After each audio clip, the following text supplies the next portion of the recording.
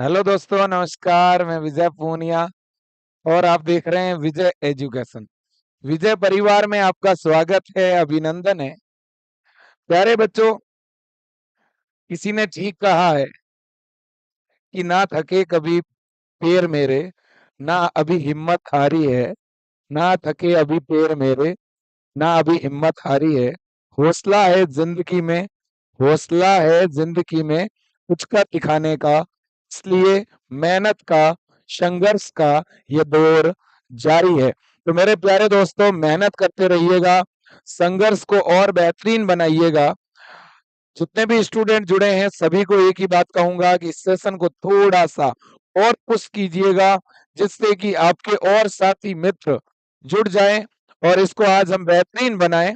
ज्योति जी, पूजा, विवेक, धीरेन्द्र, सरोज, अंशिका, तनु, निक्की, सुप्रिया, माया, अनिल, आरू, बहुत बढ़िया, संगम, प्रमीला, अनुप्रिया, ऋतिक, प्राची, अनुपम, नाजिया, अमृता, ललिता, सविता, बहुत बढ़िया जी, शानदार।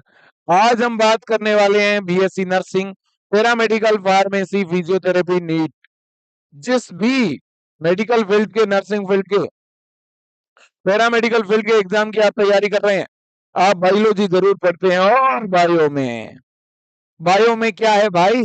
बायो है भाई, है ना?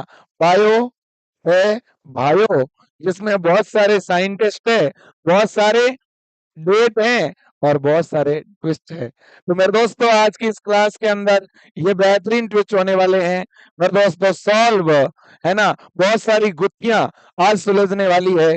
आज होगा बच्चों बहुत सारे वैज्ञानिकों का पटाक्षेप। आज जो है हम बायोलॉजी के नए नए वैज्ञानिक, है ना, नए नवेले पुराने जितने भी साइंटिस्ट हैं, आपके मित्र, साथी, गुरुजन, सभी की हम बात कर लेंगे भाई साहब, है ना? बिल्कुल जी बिल्कुल। शुरू कर दें क्या? शुरू कर दें क्या? सारे लोग एक बार इस सेशन को लाइक और शेयर कर देंगे जी। चैनल पे जो नए हैं वो चैनल को सब्सक्राइब कर देंगे। घंटे वाले बटन को इतना जोर से दबाइएगा ताकि इसकी गूंज आपके उस एंट्रेंस एग्जाम के बोर्ड तक पहुंच जाए कि विजियंस ने हुंकार भर ली है। तो भाई साहब, शुरू करते हैं। देखो, आज की क्लास भाई थ्योरी की क्लास है। आज की क्लास में क्वेश्चन नहीं है, आज की क्लास में क्वेश्चन नहीं है, थ्योरी है भाई साहब।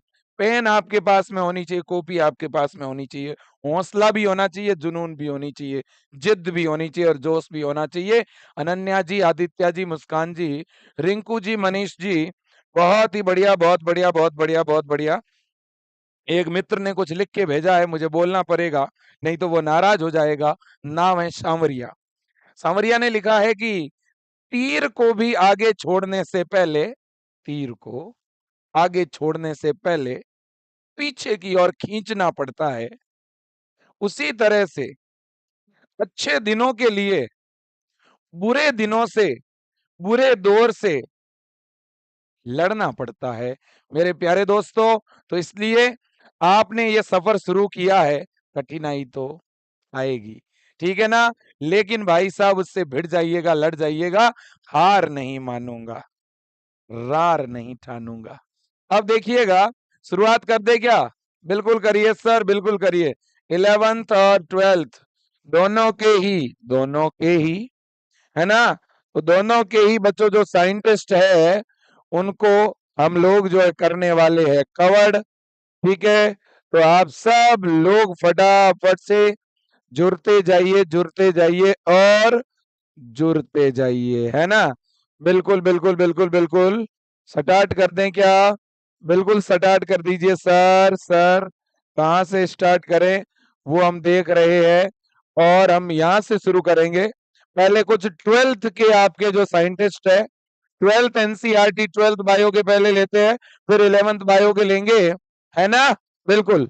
चलो जी, सबसे पहले मेरे प्यारे बच्चों, सबसे पहला जो डेट वाला और साइंटिस्ट वाला, देखो डेट भी साइंटिस्ट भी दोनों चीजें यहां देखने वाले हैं।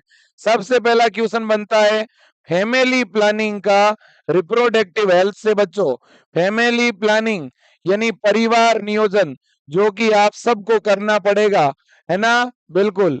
तो मेरे मित्रों, परिवार नियोजन। क्वेश्चन ये पूछा जाएगा कि इंडिया में, भारत में फैमिली प्लानिंग की शुरुआत कब हुई थी? तो इंडिया में फैमिली प्लानिंग की स्टार्टिंग हुई थी बच्चों 1951 में, 1951 में। विश्व का पहला देश था भारत जिसने बच्चों फैमिली प्लानिंग को अपनाया था 1951 में। तो याद रखना, ये विश्व का पहला देश था भाई, विश्व का पहला देश था जिसने फैमिली प्लानिंग को अपनाया। ओके, अगला क्वेश्चन बनता है बच्चों, medical termination of pregnancy, MTP. MTP का जो एक्ट है, अमेंडमेंट है, वो कब आया बच्चों? एमटीपी का हमारे देश में जो नया नवीन जो कानून है वो आपका मेरे दोस्तों 2017 में। लेकिन एमटीपी को लीगलाइज कब किया गया? एमटीपी को बच्चों जो है लीगलाइज कब किया गया? गवर्नमेंट ऑफ इंडिया यानी भारत सरकार ने एमटीपी को बच्चों लीगलाइज कब किया गया?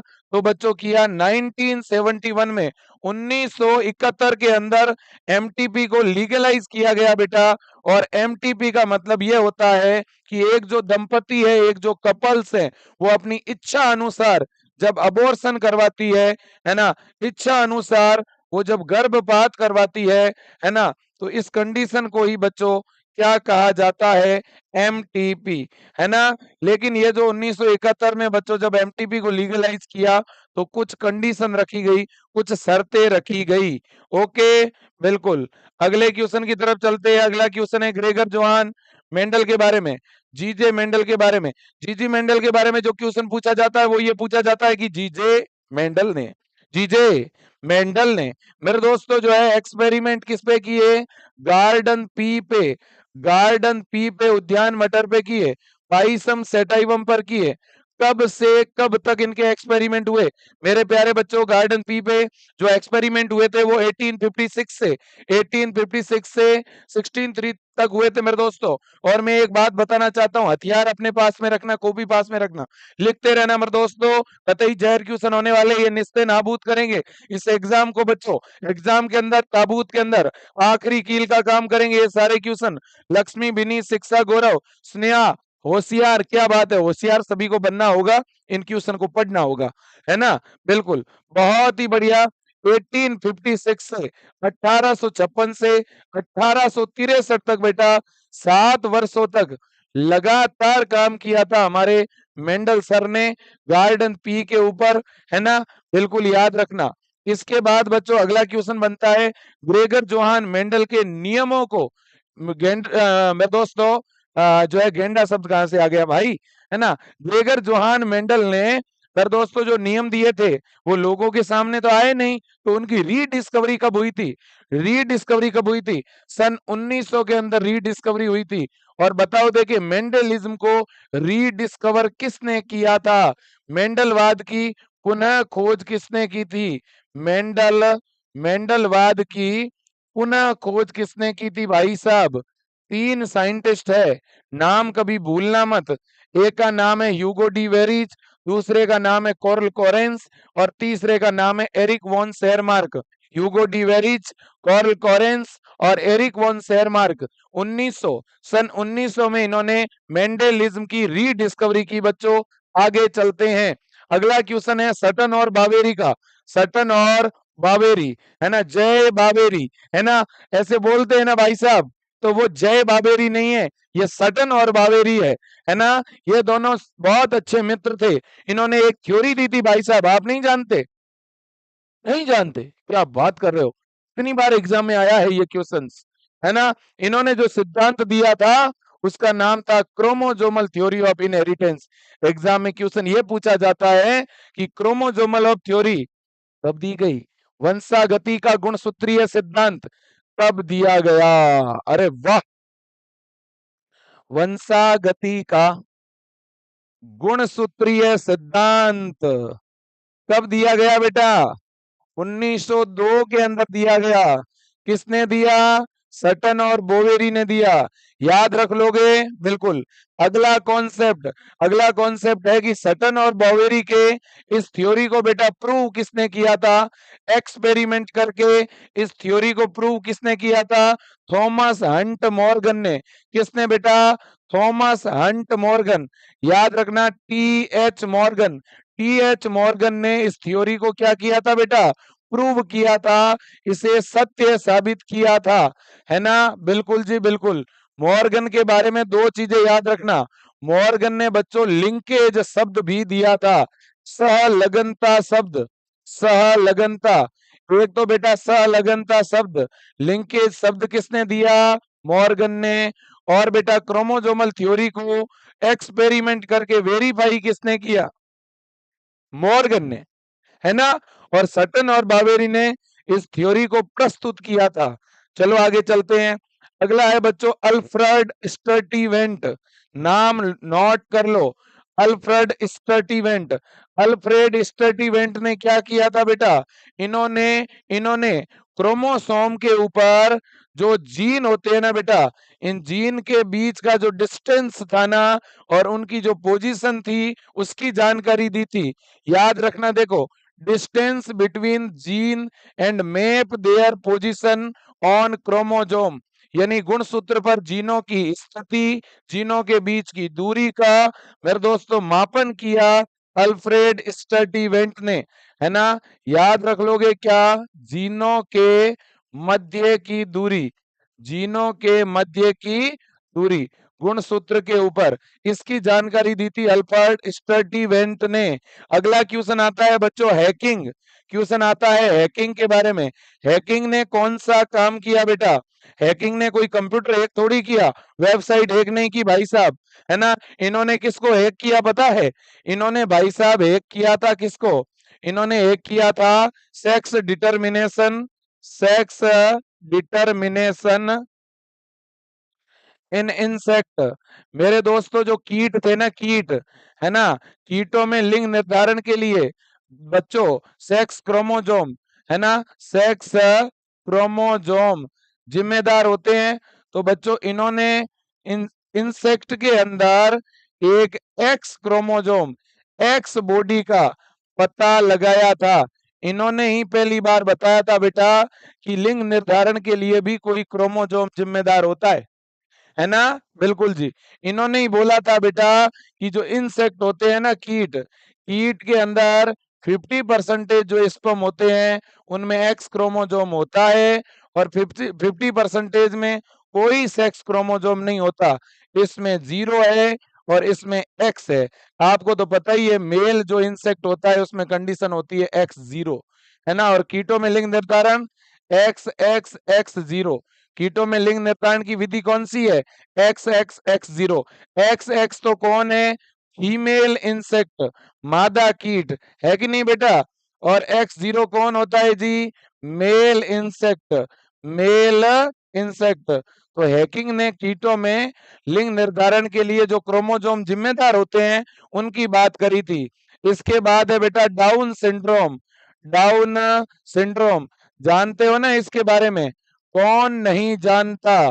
मेरे दोस्तों 21वें क्रोमोसोम की ट्राइसोमी से ये होता है कि नहीं बेटा? और इस सिंड्रोम की जानकारी पहली बार किसने दी थी बेटा? लैंगडम डाउन ने 1866 में। ये टाइम याद रख लेना, लैंगडम डाउन ने 1866 में। बेटा इसका एक और नाम है मंगोलिज्म। इसे क्या बोलते हैं?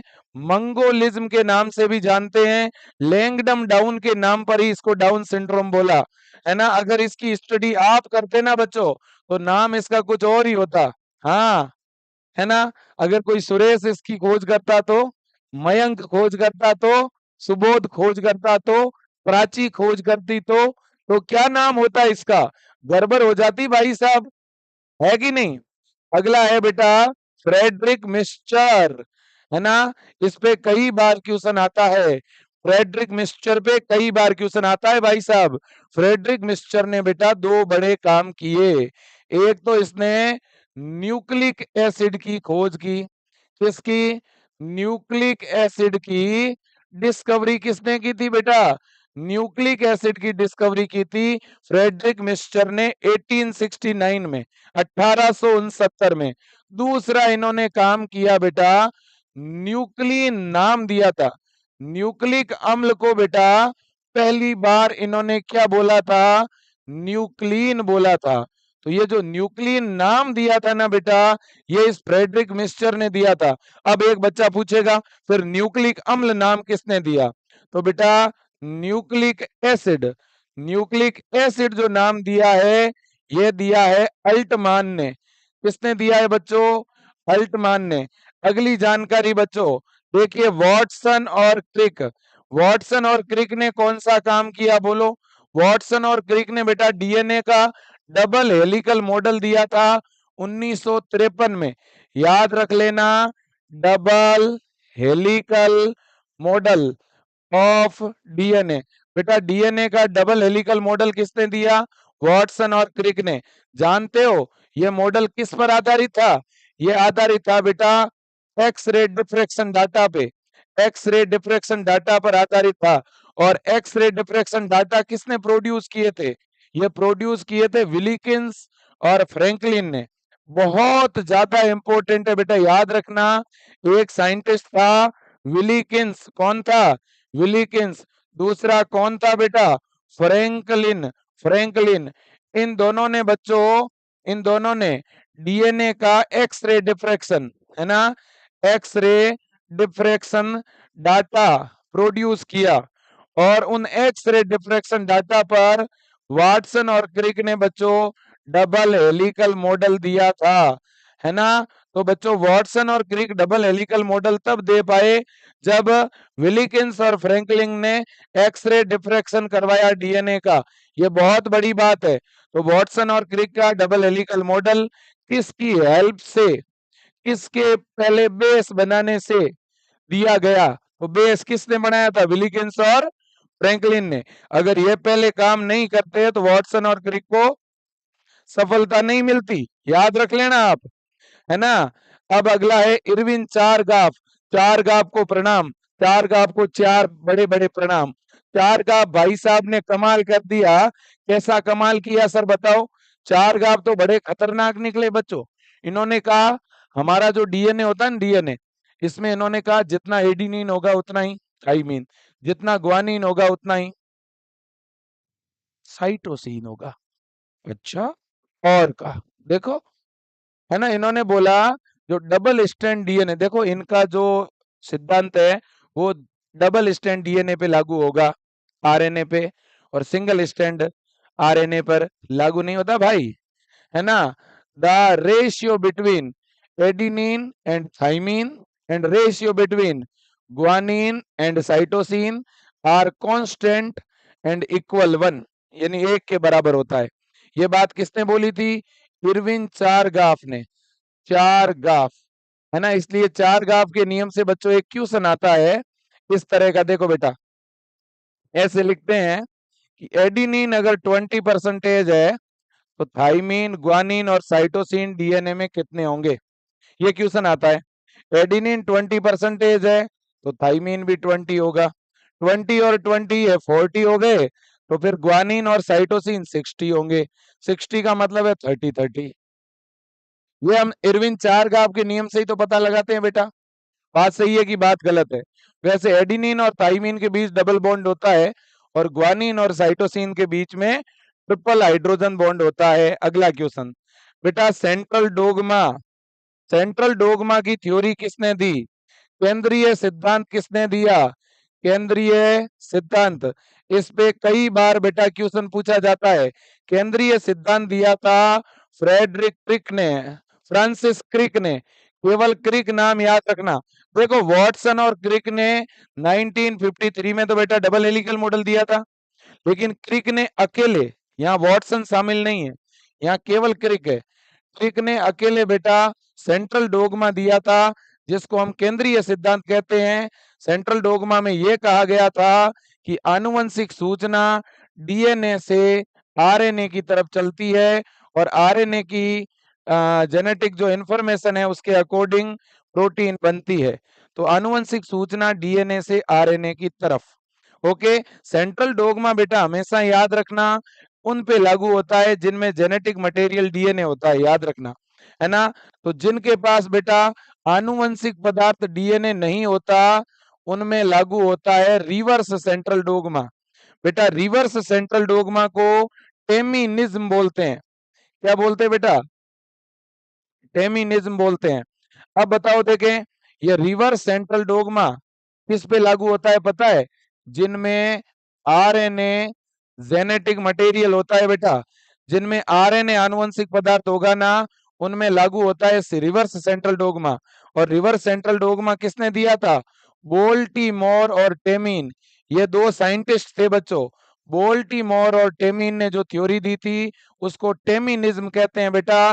टेमिनिज्म जो है वो तंबाकू, मोजेक वायरस, एचआईवी, इन पे लागू होता है। टेमिनिज्म में यह कहा गया है कि आरएनए से डीएनए बनता है ना। यह बात कही गई है कि सूचना आरएनए से डीएनए की तरफ चलती है।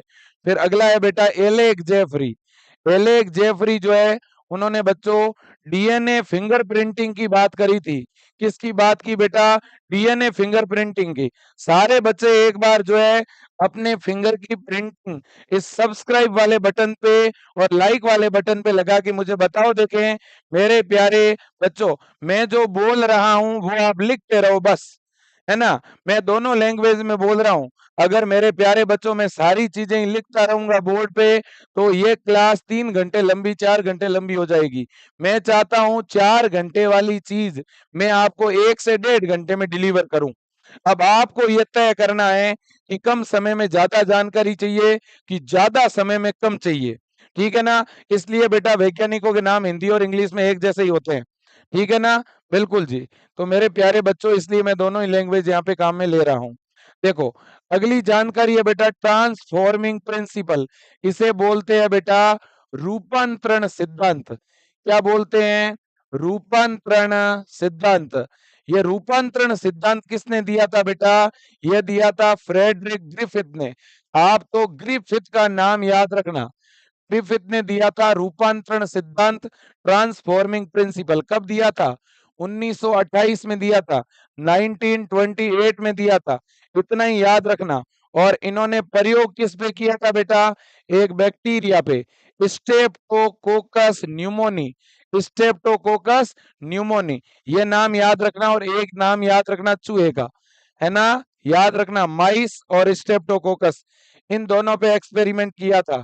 फिर बच्चों अगला क्वेश्चन आता है biochemical character of transforming principle. बेटा ये जो ग्रिफिथ का रूपांतरण प्रयोग था, ग्रिफिथ का जो रूपांतरण सिद्धांत था, इसको प्रूव किसने किया था? इसको सत्य किसने साबित किया था? तो इसको प्रूव किया था 3 वैज्ञानिकों ने बेटा। 3 वैज्ञानिक कौन से सर?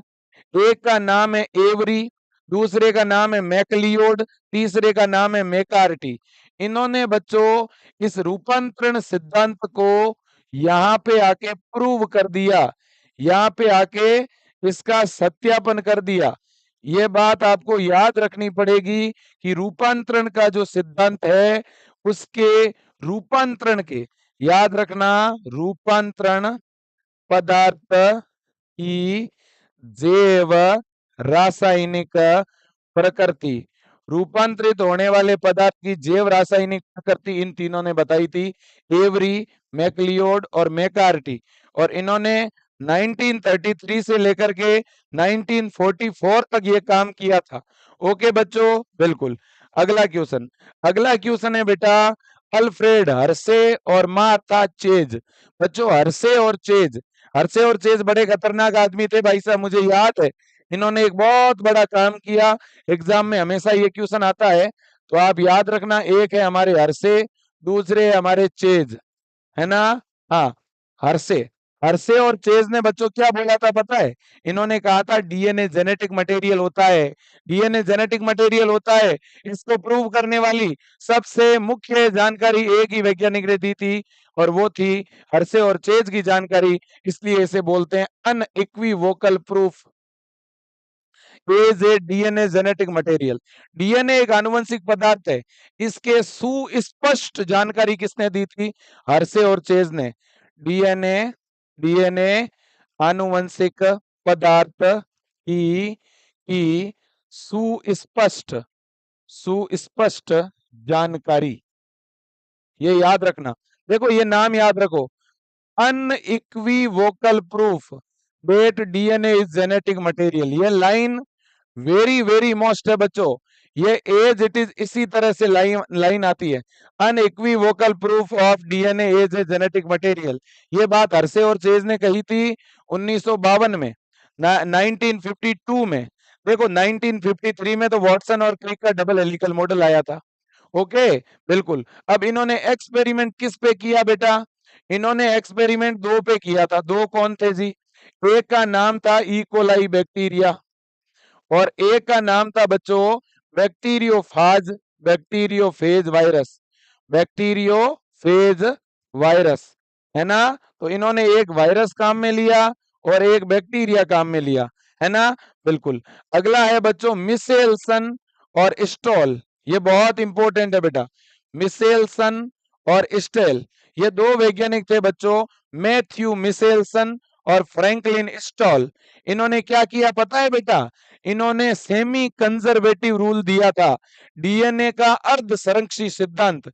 याद रखना, डीएनए का रेप्लिकेशन जो है वो सेमी कंजर्वेटिव होता है। ये बात स्टाल और बच्चों मेसेल्सन ने ई कोलाई बैक्टीरिया पर एक्सपेरिमेंट करके प्रूव कर दी थी, है ना। तो डीएनए डीएनए का डीएनए का अर्ध संरक्षी डीएनए का अर्ध संरक्षी प्रतिकृतियन, इसकी जानकारी देने वाले सबसे पहले कौन थे? मेसेल्सन और स्टॉल, याद रख लोगे। और इन्होंने ये जानकारी देने के लिए एक प्रयोग किया था। किस पे किया था? इन्होंने प्रयोग किया था ई कोलाई पे। किस पे बेटा? इनका एक्सपेरिमेंट किसके ऊपर था? ई कोलाई पर था, है ना। अब इसके बाद बेटा इसी सेमी कंजर्वेटिव इसी अर्ध संरक्षी मॉडल को आगे बढ़ाया वी सिया भाभा पर, आपके गुरुजी जिनका नाम था टेलर, जो मेरे मित्र थे, है ना। मेरे दोस्तों वी सिया भाभा के ऊपर टेलर और टेलर के साथियों ने 1958 में बच्चों क्या किया था? इन्होंने भी बेटा जो है डीएनए का अर्ध संरक्षी प्रतिकृतियन, इसको एक्सपेरिमेंट करके प्रूव किया था, है ना। तो ये बात आपको याद रखनी है कि डीएनए का रेप्लिकेशन, डीएनए का प्रतिकृतियन अर्ध संरक्षी होता है। इसकी बात सबसे पहले बेटा किसने की? मेसेल्सन और स्टॉल ने 1958 में, है ना। और इसके बाद किसने की, है ना, सबसे पहले? और इसके बाद बच्चों वी सिया फाबा के ऊपर एक्सपेरिमेंट हुआ था और वो टेलर ने किया था। किसने? टेलर ने 1958 में। ओके, बहुत बढ़िया, टेलर की जय हो, है ना। हमारे उधर तो टेलर किसको बोलते हैं? बड़े वाले ट्रक को बोलते हैं भाई साहब, है ना। ये वो टेलर नहीं था, याद रखना, है ना। हाँ, अब देखो भाई साहब, यहाँ पे मामला बड़ा खतरनाक है ना। जॉर्ज गेमो जॉर्ज गेमो जो है बच्चों, ये एक बहुत ही बड़े फिजिशियन थे। इन्होंने बच्चों सबसे पहले जेनेटिक कोडॉन के बारे में जानकारी दी थी। ये बात भी याद रखना, आनुवंशिक कूट के बारे में, है ना। अब हमारे और आपके मित्र है, हमारे इंडियन, हमारे देश के आन बान और शान, डॉक्टर हरगोविंद खुराना, है ना। मेरा नाम है हरगोविंद खुराना, है ना। तो मेरे दोस्तों हरगोविंद खुराना ने क्या किया पता है? पहली बार आर्टिफिशियली जीन को बना लिया था। ऐसा थोड़ी होता, अरे ऐसा ही होता है। टीआरएनए की जीन बनाई थी इन्होंने, ट्रांसफर आरएनए होता है कि नहीं होता है, उसको आर्टिफिशियली बना के दे दिया कि ये लो विजय सर, बच्चों को दिखा दो, है ना। जीन दिख नहीं रही होगी आपको, ये जीन ही है यहाँ पे रखी हुई, है ना। हाँ, synthesis of RNA molecule with define combination of base. तो इन्होंने बच्चों आर्टिफिशियली आरएनए को, मतलब टीआरएनए को सिंथेसाइज किया था। मतलब इन्होंने कृत्रिम जीन का संश्लेषण किया। किसने? हर गोविंद खुराना। सर ये तीन अलग अलग लोग है क्या? अरे भाई कैसी बात कर रहे हो, व्यक्ति तो एक ही है, खुराना जी है। हाँ, अब है नीरेनबर्ग। कौन बेटा? नीरेनबर्ग, है ना। नीरेनबर्ग ने क्या किया जी, देखो बच्चों, cell free synthesis for protein synthesis finally help the code to be deciphered. मेरे दोस्तों, ये जो जानकारी है ये हमारे परम आदरणीय नीरेनबर्ग ने दी थी बच्चों। Cell free synthesis for protein. मेरे दोस्तों देखो, प्रोटीन बनती कहाँ पे है, कोशिका के अंदर बनती है ना। लेकिन इन्होंने सेल फ्री प्रोटीन सिंथेसिस की जानकारी दी थी। वैसे इन्होंने भी बच्चों जेनेटिक कोडॉन पे ही काम किया था, है ना। बिल्कुल जी। इसके बाद में बच्चों सीवियर ओंको एंजाइम, बताओ देखिए ये कौन सा एंजाइम है भाई, कुछ तो नाम होगा इसका। पॉलीन्यूक्लियोटाइड फॉस्फोराइलेज, है ना। ये नाम थोड़ा सा याद रख लो, कहीं पर तो काम आएगा ही। ठीक है ना बच्चों, बिल्कुल जी। इसके बाद में बच्चों ये कहां पे काम आता है जी, was also helpful in polymerise RNA with defined sequence in template independent manner, enzymatic synthesis of RNA.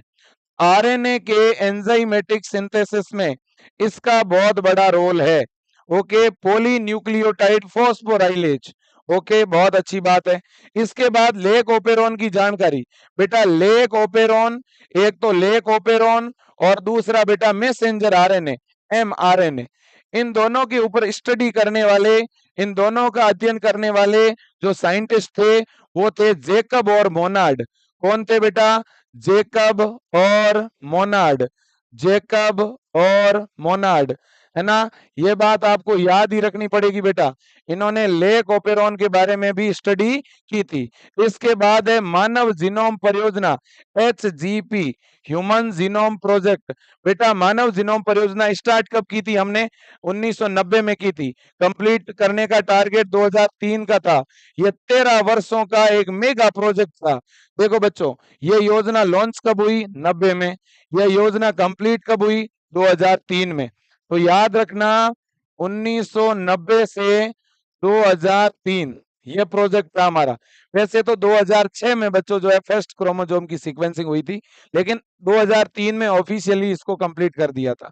Okay, बिल्कुल। कितने वर्षों का प्रोजेक्ट था ये, 13 वर्षों का।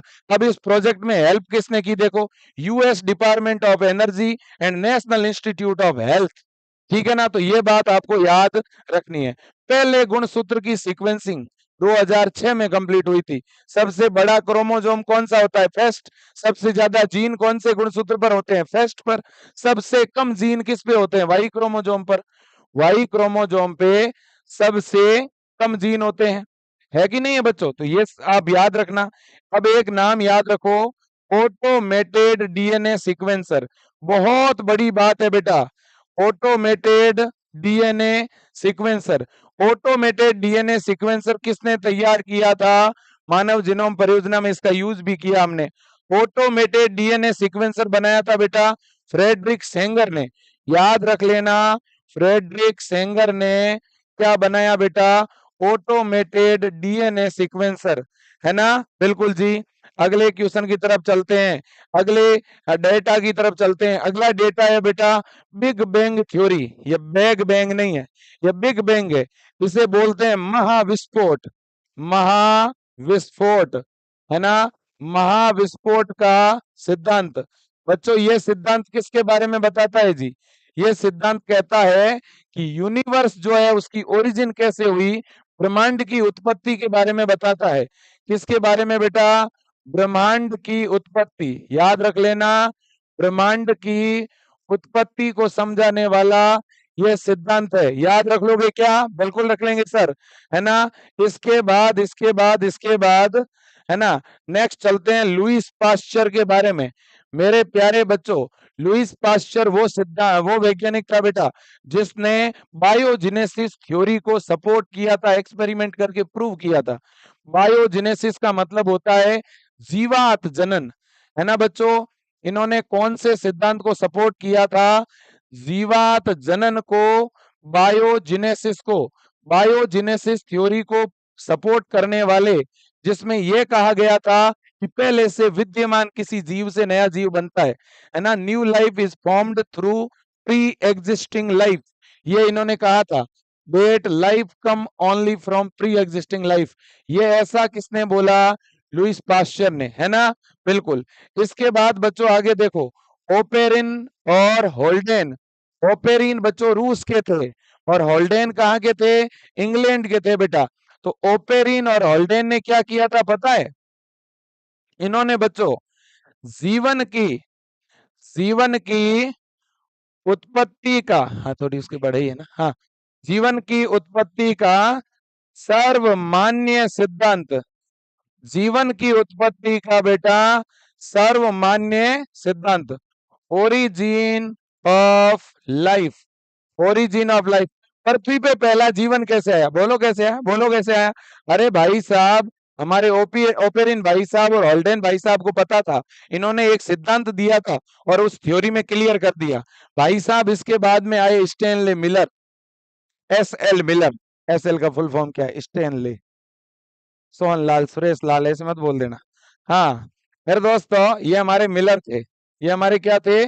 मिलर थे, है ना। अब भाई साहब मिलर बहुत बड़े पीलर साबित हुए, किसके लिए? मिलर पीलर किसके थे? ओपेरिन और होल्डेन के। ओपेरिन और होल्डेन ने जब जीवन की उत्पत्ति का सिद्धांत दिया ना, बहुत सारे लोगों ने कहा अच्छा, क्या सबूत है तुम्हारे पास?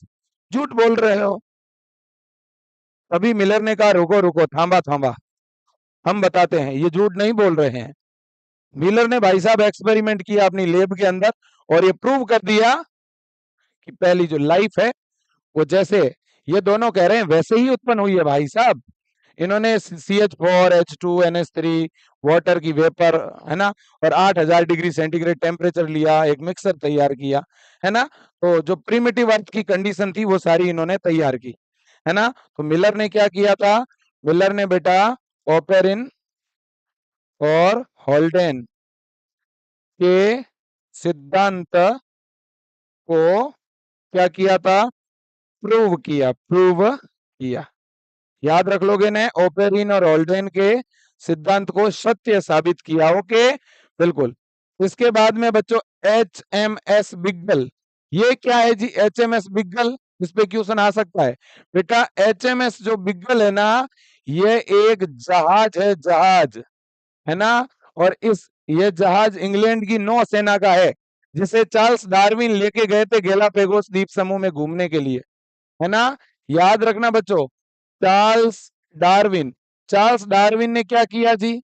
बच्चों चार्ल्स डार्विन ने एक थ्योरी दी थी, उसका नाम है नेचुरल सिलेक्शन, इवोल्यूशन की ये थ्योरी है, नेचुरल सिलेक्शन। इसे बोलते हैं बेटा प्राकृतिक चयन।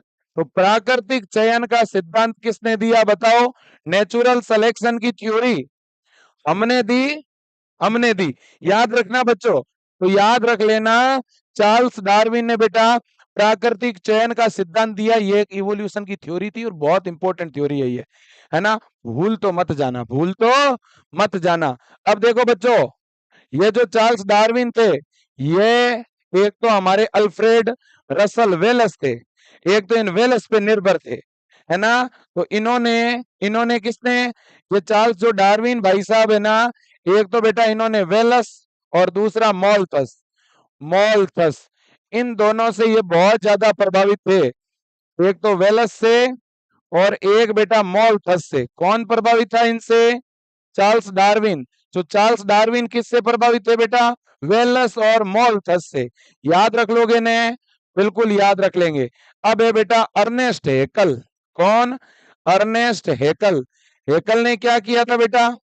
हेकल ने जो है embryological support for evolution, evolution में भ्रूणीय भ्रूणीय प्रमाण, जैव विकास के, बेटा जैव विकास के, इवोल्यूशन के एम्ब्रियोलॉजिकल एविडेंस के ऊपर बात करी थी। किसने? हेकल ने बच्चों। याद रख लेना। अगला क्वेश्चन है, देखो बेटा, नेचुरल सिलेक्शन की बात मैं वैसे ही कर चुका हूं, है ना। चार्ल्स डार्विन ने नेचुरल सिलेक्शन की थ्योरी दी, और इन्होंने थ्योरी दी कब थी बेटा? ये पता होना चाहिए, 1859 में दी थी। कब दी थी? 1859 में दी थी। ओके, बिल्कुल जी बिल्कुल। अब है थॉमस मॉल्थस। मॉल्थस ने कौन सा काम किया बेटा? बेटा जो मॉल्थस है ना, इन्होंने एसे ऑन पॉपुलेशन, यानी जनसंख्या के ऊपर एक निबंध लिखा था बच्चों। जनसंख्या पर इन्होंने एक ऐसे लिखा था। अब एक बच्चा कह रहा है सर मजाक हो गई। मैंने कहा क्या हुई? अरे सर मॉलथस ने जनसंख्या पे निबंध लिखा और इनका किताबों में नाम आ गया, और मैंने 9th 10th के अंदर कॉपियां भर दी निबंध लिख के, मेरा कहीं पर भी नाम नहीं आया। ये तो सर गलत बात है। चलो कोई बात नहीं बेटा, मैं चार्ल्स डार्विन से मॉलथस से बात करूंगा आज बैठ करके, और मैं उनको बोलूंगा कि जहां जहां आपका नाम है वहां हमारे कुछ 15-20 बच्चों के नाम ऐड कर दो आप, क्योंकि उन्होंने भी निबंध रखे लिखे हैं, है ना? बिल्कुल। और अगर ये नहीं मानेंगे, कोई नहीं, मैं इनसे बात करके आपको इनके पास भिजवा दूंगा। हाँ, अब देखो बच्चों, अब देखो, यह है लेमार्क, यह है लेमार्क, है ना? लेमार्क ने बच्चों एक सिद्धांत दिया था, उसे हम लेमार्किज्म भी बोलते हैं बेटा, है ना? और इन्होंने अर्जित लक्षणों की वंशागति, heredity of acquired character, heredity of acquired character, अर्जित लक्षणों की वंशागति, ये बात किसने बोली बेटा? अर्जित लक्षणों की वंशागति, अर्जित लक्षणों की वंशागति, ये बात करने वाले वैज्ञानिक थे लेमार्क। तो लेमार्क की इवोल्यूशन की थ्योरी का क्या नाम है बेटा? है ना, अर्जित लक्षणों की वंशागति। मोल्थस ने भी इवोल्यूशन पे काम किया था। मोल्थस की थ्योरी का क्या नाम है? Theory on population. ओके, बिल्कुल जी। और बच्चों लेमार्क की थ्योरी का क्या नाम है? सॉरी, चार्ल्स डार्विन की थ्योरी का क्या नाम है? Natural selection. क्या नाम है? Natural selection. बच्चों ब्रांचिंग डिसेंट और नेचुरल सिलेक्शन, ये दो कॉन्सेप्ट है इवोल्यूशन के, ये दो कॉन्सेप्ट है इवोल्यूशन के, है ना? और डार्विन ने इन दोनों का उपयोग किया था। इसे बच्चा शाखनी अवरोहण और इसे प्राकृतिक चयन कहते हैं, और इन दोनों से भी प्रभावित था डार्विन, है ना? बिल्कुल जी। इसके बाद में आगे चलते हैं बच्चों नेक्स्ट पॉइंट की तरफ। नेक्स्ट है हमारे ह्यूगो डी ब्रिज, बहुत ही खतरनाक भाई साहब, है ना? इनका नाम तो आपको मिलेगा सब जगह, है ना? Hugo de bridge, Hugo de bridge के बारे में याद रखो, इन्होंने म्यूटेशनल थ्योरी दी थी बेटा, इन्होंने उत्परिवर्तन सिद्धांत दिया था, इन्होंने बेटा म्यूटेशन की डिस्कवरी की थी, है ना? इसने किसकी डिस्कवरी की बेटा? म्यूटेशन की। तो म्यूटेशन की डिस्कवरी करने वाले कौन? तो वो थे ह्यूगो डी ब्रिज। और इन्होंने क्या किया बेटा? और इन्होंने मेंडेलिज्म, मेंडेलिज्म की रीडिस्कवरी भी की थी, रीडिस्कवरी, मेंडलवाद की पुनः खोज करने वाले भी यही थे। ओके बच्चों, बिल्कुल। अगले क्वेश्चन की तरफ चलते हैं। अगला क्वेश्चन है मेरे दोस्तों, आरडी बेनवर्ग थ्योरी, आरडी बेनवर्ग का सिद्धांत, कभी भूलना ही मत बच्चों, हार्डी बेनवर्ग, है ना? हार्डी बेनवर्ग सिद्धांत। पहले तो बेटा हार्डी बेनवर्ग के सिद्धांत को क्या बोलते हैं? आनुवंशिक साम्य का सिद्धांत, केमिकल इक्विलिब्रियम की थ्योरी। इन्होंने तो भाई साहब हद ही कर दी। क्या किया इन्होंने? कहा विजय सर पता है आपको? मैंने कहा हाँ। अरे इधर पॉपुलेशन है ना पूरी की पूरी, इसका जीन पूल एक जैसा है, कई पीढ़ियों से इनका जीन पूल एक जैसा। मैंने कहा क्यों? तो इन्होंने कहा सर ये जो लोग दिख रहे हैं, ये जो जनसंख्या दिख रही है, इसमें क्रॉसिंग ओवर नहीं हो रहा। ठीक है, मैंने कहा म्यूटेशन कभी नहीं हुआ, मैंने कहा ठीक है, कोई माइग्रेशन नहीं हुआ, इनमें जेनेटिक ड्रिफ्ट नहीं हुआ, इसलिए सर इनकी जनरेशन टू जनरेशन जो जीन पूल है, जो जेनेटिक मेकअप है, वो कांस्टेंट है, वो साम्य अवस्था में है। तो मैंने पूछा, मैंने कहा अगर इनमें क्रॉसिंग ओवर हो गया तो, म्यूटेशन हो गया तो इन्होंने कहा सर तो फिर जेनेटिक इक्विलिब्रियम नहीं रहेगा, फिर तो आनुवंशिक साम्य ही बदल जाएगा। तो इस तरह से बेटा इन्होंने जेनेटिक इक्विलिब्रियम की थ्योरी दी। कौन सी थ्योरी? जेनेटिक इक्विलिब्रियम, आनुवंशिक साम्य, याद रखना बेटा, है ना? हाँ जी, आनुवंशिक साम्य, आनुवंशिक साम्य बेटा, आनुवंशिक साम्य का सिद्धांत दिया था। और इनका एक इक्वेशन था बेटा, क्या था? P square plus 2pq plus Q square is equal to 1, है ना बेटा? ये बात याद रख लोगे ना? 100% याद रख लेंगे सर, बहुत ही बढ़िया, शानदार शानदार और शानदार। है ना। अब बच्चों ये तो कुछ डेटा है कि 500 मिलियन वर्ष पहले हमारे पृथ्वी के ऊपर इनवर्टिब्रेट आ गए थे, है ना, है ना। और इसके अलावा 350 मिलियन वर्ष पहले जो लेस फिश आ गई थी, है ना, 320 मिलियन वर्ष पहले, है ना, कुछ सीडेड प्लांट आ गए थे, है ना। और बच्चों एक फिश है जिसका नाम है सीलाकेंथ, जिसको हमने 1938 में लास्ट बार जलाशयों में देखा था। उसको हम एक्सटिंक्ट मान रहे थे, सीलाकेंथ। ये नाम याद रखना बेटा, सीलाकेंथ, है ना। सीलाकेंथ के बारे में क्वेश्चन आ सकता है। सीलाकेंथ को 1938 में लास्ट बार देखा गया था, है ना। इस पे कई बार बेटा क्वेश्चन आता है सीलाकेंथ के ऊपर, याद रख लेना। सीलाकेंथ पे किसी भी प्रकार का क्वेश्चन आए ना, तो इसको हमने लास्ट बार कहाँ देखा था पर दोस्तों 1938 में, है ना, तो साउथ अफ्रीका। चलो जी आगे चलते हैं बेटा, आगे चलते हैं, है ना। अब देखिएगा, हाँ, एक बच्चों इक्तियोसोरस के बारे में पूछा जा सकता है। इक्तियोसोरस जो है बच्चों, ठीक है ना, ये फिश लाइक रेप्टाइल्स थे, ठीक है ना, बिल्कुल जी। इसके बाद में हाँ, ये ह्यूमन इवोल्यूशन पे एक आध क्वेश्चन आ सकता है बच्चों, मानव जैव विकास के ऊपर, है ना। मानव के विकास पे अगर आपसे कोई भी क्वेश्चन पूछे तो क्या पूछ सकता है, देखना एक बार बच्चों। मानव के विकास पे एक तो ये पूछ सकता है कि भाई एक 15 मिलियन वर्ष पहले, है ना, लगभग 15 से 20 मिलियन वर्ष पहले कौन से मानव पृथ्वी पे थे, ड्रायोपिथेकस और रामापिथेकस। ये आपको याद रखना है ना। Dryopithecus, Dryopithecus and Ramapithecus, Ramapithecus, ये पॉइंट आपको याद रखना है। यह बेटा लगभग 15 से 20 मिलियन वर्ष पहले पृथ्वी पर मौजूद थे। एक तो जानकारी ये याद रखो। इसके बाद में एक जानकारी बच्चों ये याद रखनी है कि हमें बच्चों जावा के अंदर 1891 में, 1891 में बच्चों, है ना, किसके फॉसिल मिले थे बेटा, होमो इरेक्टस के। ये भी बात आपको याद रखनी है। इसके अलावा एक क्वेश्चन आएगा, होमो हेबिलिस की क्रेनियल कैपेसिटी कितनी होती है, 650 से 800 सीसी। होमो इरेक्टस की क्रेनियल कैपेसिटी कितनी होती है बच्चों, 900 सीसी, है ना, बिल्कुल जी। इसके बाद में बच्चों एक कॉन्सेप्ट आपका ये आएगा होमो नियंत्रथल के बारे में बेटा। होमो नियंत्रथल की क्रेनियल कैपेसिटी कितनी होती है, 1400 सीसी, है ना। और ये इस पृथ्वी के ऊपर 1 लाख वर्ष से 40,000 वर्ष पीछे तक मौजूद थे।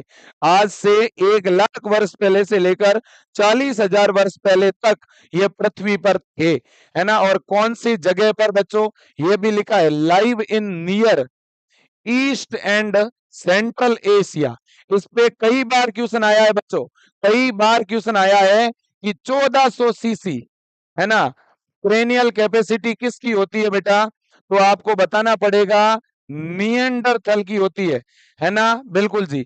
और ये 1 लाख से 40,000 वर्ष पहले तक पृथ्वी पर मौजूद थे। ओके बिल्कुल। होमोसेपियंस, होमोसेपियंस मॉडर्न मैन बच्चों, होमोसेपियंस जो है पृथ्वी के ऊपर बच्चों आज से 75,000 वर्ष पहले से लेकर 10,000 वर्ष पहले तक मेरे दोस्तों ये आए, उत्पन्न हुए, और इन्होंने आज से 10,000 वर्ष पहले बेटा खेती का काम शुरू किया, एग्रीकल्चर का काम शुरू किया, ये याद रखना। और इसके अलावा बच्चों ये कौन से एज में, आइस एज में मेरे दोस्तों उत्पन्न हुए, इवोल्व हुए, है ना। ये नाम भी आपको याद रखना चाहिए। इसके बाद हम आगे चल रहे हैं बच्चों, है ना। आगे अगर चलें तो दो चीजें आती है। ग्रीन रिवॉल्यूशन का मतलब बेटा हरित क्रांति होता है। हरित क्रांति के बारे में दो चीजें याद रखना। एक तो बच्चों हमारे देश के अंदर, भारत के अंदर ग्रीन रिवॉल्यूशन के फादर कौन है, ये क्वेश्चन एक बन सकता है ना। ये हमेशा एग्जाम में, अलग अलग एग्जाम में पूछा जाता है बेटा। तो ग्रीन रिवॉल्यूशन के फादर इंडिया के अंदर, इंडिया में अगर पूछे तो एम एस धोनी ना, M S Swaminathan, M S Swaminathan. Okay. और बच्चों पूरे वर्ल्ड स्तर पर पूछे तो नॉर्मन ई बोरलॉन्ग, याद रखना, नॉर्मन, है ना, बोरलॉन्ग, याद रख लोगे ना बच्चों, बोरलॉन्ग है ना, नॉर्मन ई बोरलॉन्ग। ये पूरे वर्ल्ड, पूरे विश्व की मैं बात कर रहा हूं, है ना। अगर विश्व स्तर की बात करें तो नॉर्मन बोरलॉन्ग, और भारत की अगर मैं बात करूं, इंडिया की अगर मैं बात करूं बच्चों, तो एम एस स्वामीनाथन जो है वो ग्रीन रिवॉल्यूशन के क्या है बेटा, फादर हैं। ओके, बिल्कुल जी बिल्कुल, बहुत ही बढ़िया। एक क्वेश्चन बेटा टाइफाइड के ऊपर आता है। सबसे पहले टाइफाइड नाम की जो बीमारी थी बच्चों, जो कि साल्मोनेला टाइफी बैक्टीरिया से फैलती है ना। इस बीमारी को एक निक नेम से, एक नाम से जाना जाता था, क्योंकि एक रसोईया थी, है ना, और वो रसोईया सबसे पहले इस बीमारी की कैरियर बनी थी, वाहक बनी थी। उसने अपने होटल के अंदर, रेस्टोरेंट के अंदर जिन भी लोगों को खाना खिलाया था, वो सभी को भोजन के साथ ये बीमारी फ्री में देती थी। ये लो ये लो ये लो ये लो, तो भाई साहब सभी को बीमार कर दिया, है ना। तो याद रखना, टाइफाइड मेरी, ये एक रसोईया थी, उसको टाइफाइड मेरी के नाम से भी जानते हैं। उसका वास्तविक नाम था मेरी मेलोन, है ना। तो मेरी मेलोन बच्चों टाइफाइड मेरी के नाम से क्यों जानी जाती है, क्योंकि ये टाइफाइड बीमारी की कैरियर के तौर पर काम करती रही, जलपान। हाँ जी, मेरे प्यारे बच्चों, है ना, बिल्कुल जी, जल ही जीवन का आधार है ना। एक बार मैं आपके कमेंट और लेना चाहूंगा, है ना, बिल्कुल। टाइफाइड के लिए कौन सा डायग्नोस्टिक टेस्ट है, बता दो।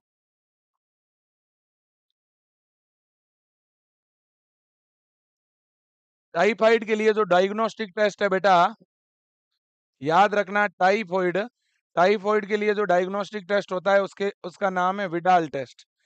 क्या नाम है बेटा, विडाल टेस्ट। भूलोगे तो नहीं ना? अरे कैसी बात कर रहे हो गुरुजी, हम आपको भूलने वालों में से लग रहे हैं क्या? भाई लग तो नहीं रहे हो।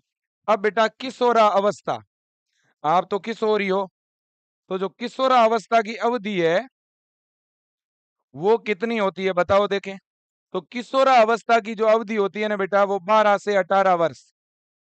12 से 18 वर्ष का जो बालक होता है उसको किशोर बोला जाता है ना, बिल्कुल जी। बहुत ही बढ़िया, बहुत ही बढ़िया। अब है बच्चों एलेक्जेंडर फ्लेमिंग। एलेक्जेंडर फ्लेमिंग ने क्या किया जी? बेटा एलेक्जेंडर फ्लेमिंग जो थे, उन्होंने मेरे प्यारे बच्चों एक बहुत बड़ा काम किया, एंटीबायोटिक डिस्कवरी की थी। किसकी डिस्कवरी की बेटा? एंटीबायोटिक, है ना। तो सबसे पहले प्रतिजैविक की खोज करने वाले वैज्ञानिक कौन थे? एलेक्जेंडर फ्लेमिंग थे। और एलेक्जेंडर फ्लेमिंग बेटा किस पे काम कर रहे थे? स्टेफाइलोकोकस बैक्टीरिया पर काम कर रहे थे। ये काम तो कर रहे थे स्टेफाइलोकोकस पे, तभी वहां सडनली उनको एक एंटीबायोटिक की, मेरे दोस्तों, जानकारी मिली, है ना, जो कि एक फंगस की वजह से ग्रो कर रही थी, एक मोल्ड की वजह से। पेनिसिलियम नोटेटम से केमिकल निकल रहा था, और उसका नाम था फिर पेनिसिलिन। तो पहली जो एंटीबायोटिक है उसका नाम क्या रखा था? पेनिसिलिन नाम रखा था। ये भी याद रखना बच्चों। और इस एंटीबायोटिक पेनिसिलिन का उपयोग हमने सेकेंड वर्ल्ड वार में पहली बार किया था। दूसरे विश्व युद्ध में इसका हमने उपयोग किया था बच्चों, ये बात याद रखना। और इस एंटीबायोटिक के लिए नोबेल प्राइज किसको मिला था? है ना, 1945 में, 1945 में बेटा, एंटीबायोटिक की डिस्कवरी और इसके ऊपर की गई स्टडी के लिए 3 वैज्ञानिकों को नोबेल पुरस्कार मिले थे बेटा। कौन से 3 को? एक तो फ्लेमिंग को, दूसरे चेन को, और तीसरे फ्लोरे को। याद रखना बेटा, है ना, फ्लेमिंग, चेन और फ्लोरे, इन तीनों ने मिलके काम किया था। तो इन तीनों को 1945 में बेटा नोबेल प्राइज मिला था। देखो, एंटीबायोटिक की डिस्कवरी तो फ्लेमिंग ने की थी, लेकिन बाद में इसकी जो स्टडी की ना, ठीक है, उसमें हेल्प चेन और फ्लोरे ने भी किया। तो इन तीनों को नोबेल प्राइज मिला था बेटा, याद रखना। ओके, बिल्कुल जी। अब इसके बाद में बच्चों, फेस्ट रिकॉम्बिनेंट डीएनए, बेटा पहला आरडीएनए किसने बनाया? बताओ देखे। पहला रिकॉम्बिनेंट डीएनए, बायोटेक्नोलॉजी के अंदर आपने पढ़ा होगा, पहला रिकॉम्बिनेंट डीएनए बच्चों 1972, 1972 के अंदर बेटा स्टेनले कोहेन और हर्बर्ट बोयर के द्वारा बनाया गया था, है ना। स्टेनले कोहेन और हर्बर्ट बोयर के द्वारा, ये दो नाम याद रखना, कोहन और बोयर। इन्होंने बच्चों क्या किया था? प्रथम प्रथम आरडीएनए का क्या किया बेटा? निर्माण किया था। ये बात आपको याद रखना पड़ेगा। साल्मोनेला टाइफीम्यूरियम नाम का जो बैक्टीरिया था ना बेटा, उस बैक्टीरिया का प्लाज्मिड जो है इन्होंने पहली बार आरडीएनए को बनाने में काम लिया था, है ना? अब बच्चों अगला है रेस्ट्रिक्शन एंजाइम। बेटा जो रेस्ट्रिक्शन एंजाइम है ना, इनकी डिस्कवरी कब हुई थी? 1963 के अंदर, 1963 के अंदर। ये बात आप याद ही रखनी पड़ेगी। और बच्चों ये जो रेस्ट्रिक्शन एंजाइम है ना बच्चों, ये खोजे गए थे बैक्टीरिया से, है ना? बैक्टीरिया से प्राप्त, बैक्टीरिया से प्राप्त हुए थे बच्चों आरई, रेस्ट्रिक्शन एंडोन्यूक्लिएज एंजाइम। तो रेस्ट्रिक्शन एंडोन्यूक्लिएज एंजाइम सबसे पहले किस में डिस्कवर हुए थे बेटा? बैक्टीरिया के अंदर।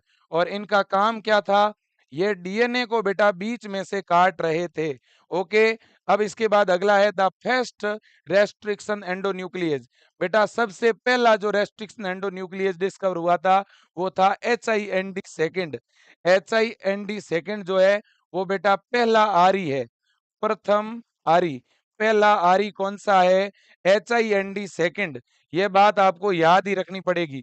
एक बेटा डेटा है 900 रेस्ट्रिक्शन एंजाइम हमने बेटा 230 बैक्टीरिया के प्रभेद से प्राप्त कर लिए। हमारे पास जीवाणु के लगभग 230 प्रभेद है बच्चों, जिससे हमने 900 से भी ज्यादा आरी क्या कर लिए हैं बेटा? प्राप्त कर लिए। ये भी क्वेश्चन आ सकता है ना? मोर देन 900 आरी जो है बच्चों हमने ऑब्टेन किए हैं 230 स्ट्रेन ऑफ बैक्टीरिया से।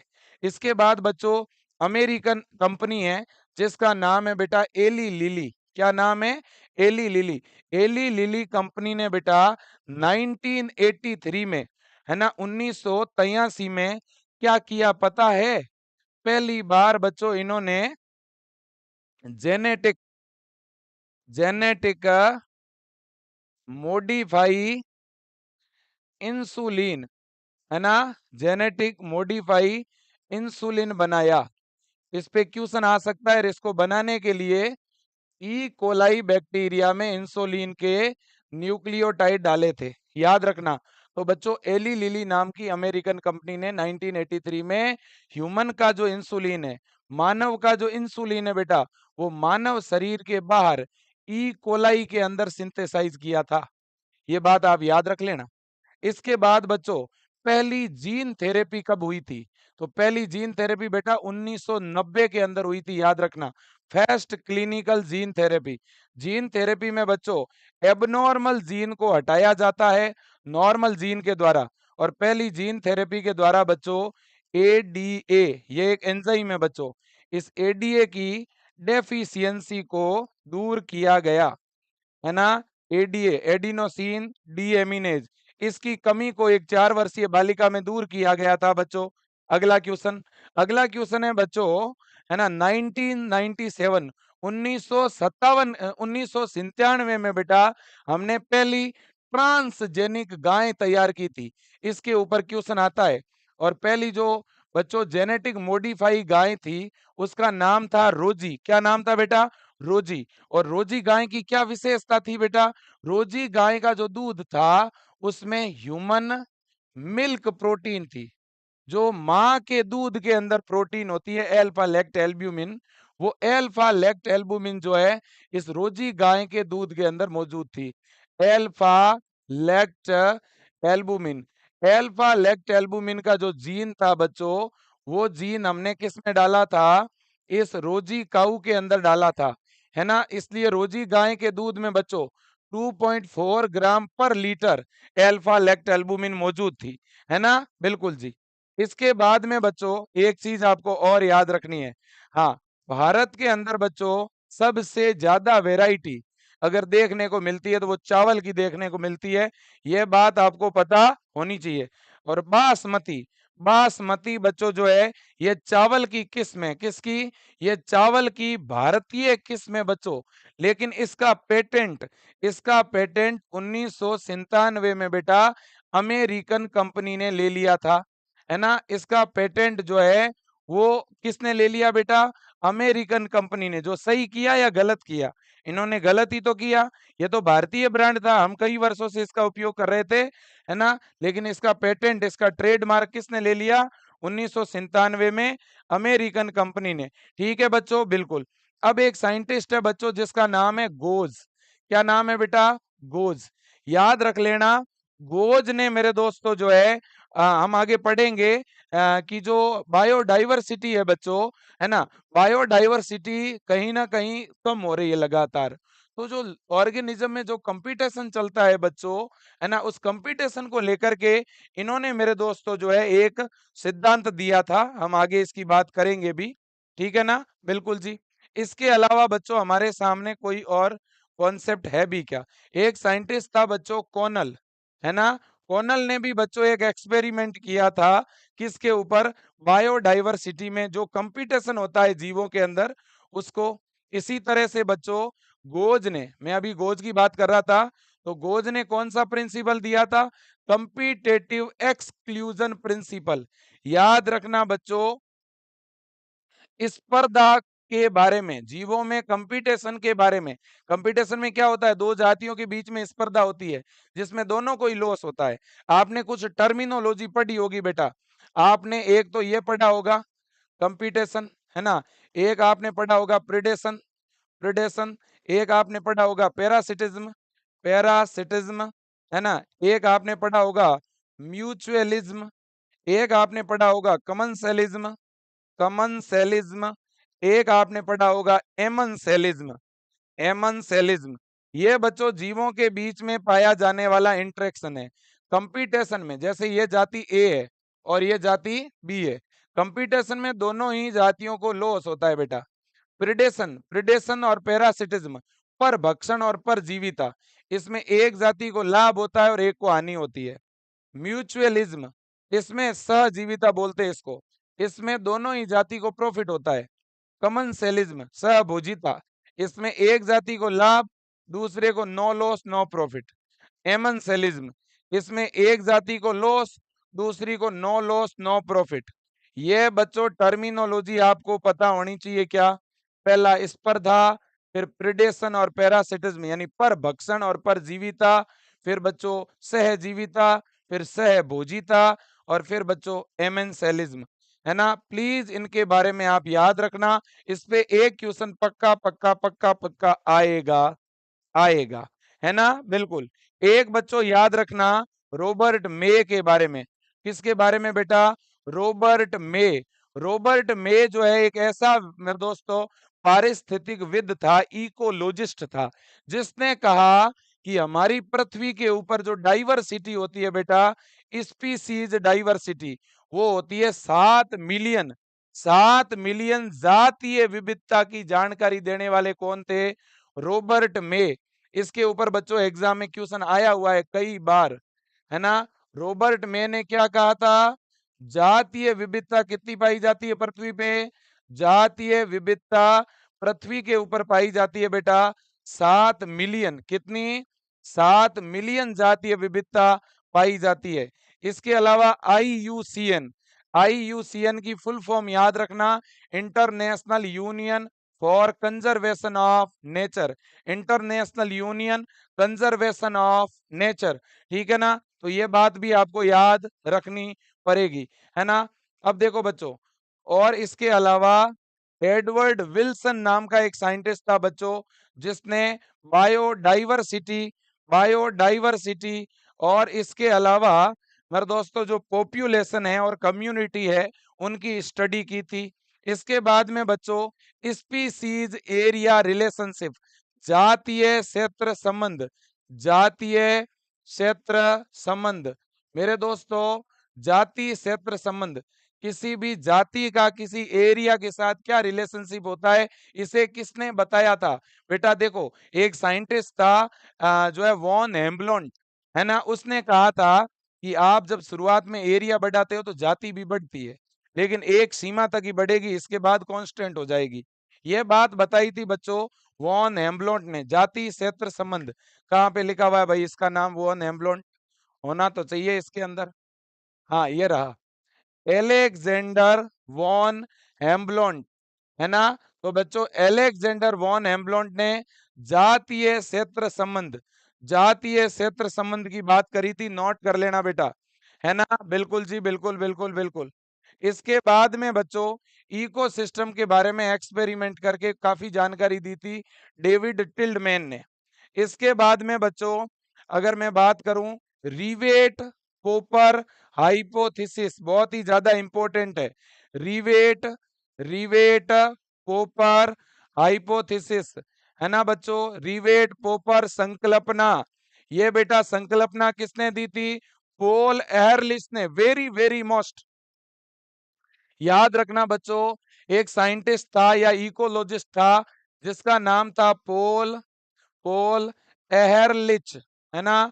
और बच्चों पोल एहरलिच ने बेटा जो है रिवेट पोपर संकल्पना दी थी, और ये भी बेटा बायोडाइवर्सिटी से रिलेटेड सी, है ना? बायोडाइवर्सिटी के कंजर्वेशन के बारे में ही थी, किस तरह से हमारे इकोसिस्टम के अंदर या हमारी जो बायोडाइवर्सिटी इसमें जातियां जो हैं वो धीरे धीरे कम हो रही है, इसको इन्होंने समझाया था, है ना? कैसे स्पीसीज लॉस होता है उसको इन्होंने बताया था एक एरोप्लेन का एग्जाम्पल दे करके। ठीक है ना बच्चों? बिल्कुल बिल्कुल बिल्कुल।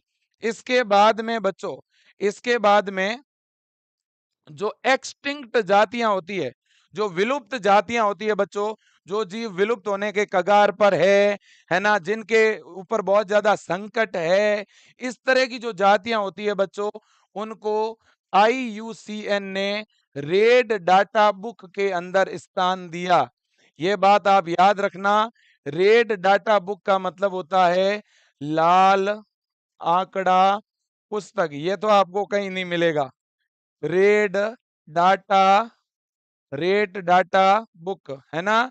इसमें बच्चों कौन सी संस्था? IUCN ऐसी जातियों को रखती है बच्चों जो विलुप्त होने के कगार पर है, जिसका कंजर्वेशन करना जरूरी है, संरक्षण करना जरूरी है। याद रख लोगे बच्चों? कोई दिक्कत, कोई प्रॉब्लम? अरे सर जी कोई प्रॉब्लम नहीं है, कोई दिक्कत नहीं है ना? अब बच्चों एक यहाँ पे डेटा है ओवर एक्सप्लॉइटेशन पे, है ना? अति दोहन पे। अति दोहन पे एक क्वेश्चन आता है कि मानव के द्वारा बायोडाइवर्सिटी के जो रिसोर्सेज है इनका जब बहुत ज्यादा यूज किया गया, तो ऐसा करने से बच्चों काफी बेचारे जंतु गायब हो गए, जैसे स्टीलर सी काऊ, पैसेंजर पिगन, है ना? इनके विलुप्त होने का कारण क्या था? ओवर एक्सप्लॉइटेशन, है ना? अति दोहन, है ना बच्चों? बिल्कुल, ये बात हमें पता होनी चाहिए, बिल्कुल होनी चाहिए। ये दो और कॉन्सेप्ट है बच्चों आपको याद रखना है। एक तो आपसे पूछा जाता है अर्थ समिट, पृथ्वी सम्मेलन कब और कहां हुआ? रियो डी जनेरियो में 1992 में।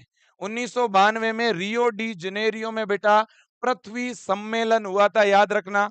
इसके बाद में बेटा दूसरी बात है वर्ल्ड समिट, विश्व शिखर सम्मेलन। विश्व शिखर सम्मेलन बच्चों कब हुआ था? 2002 में। और कहां हुआ?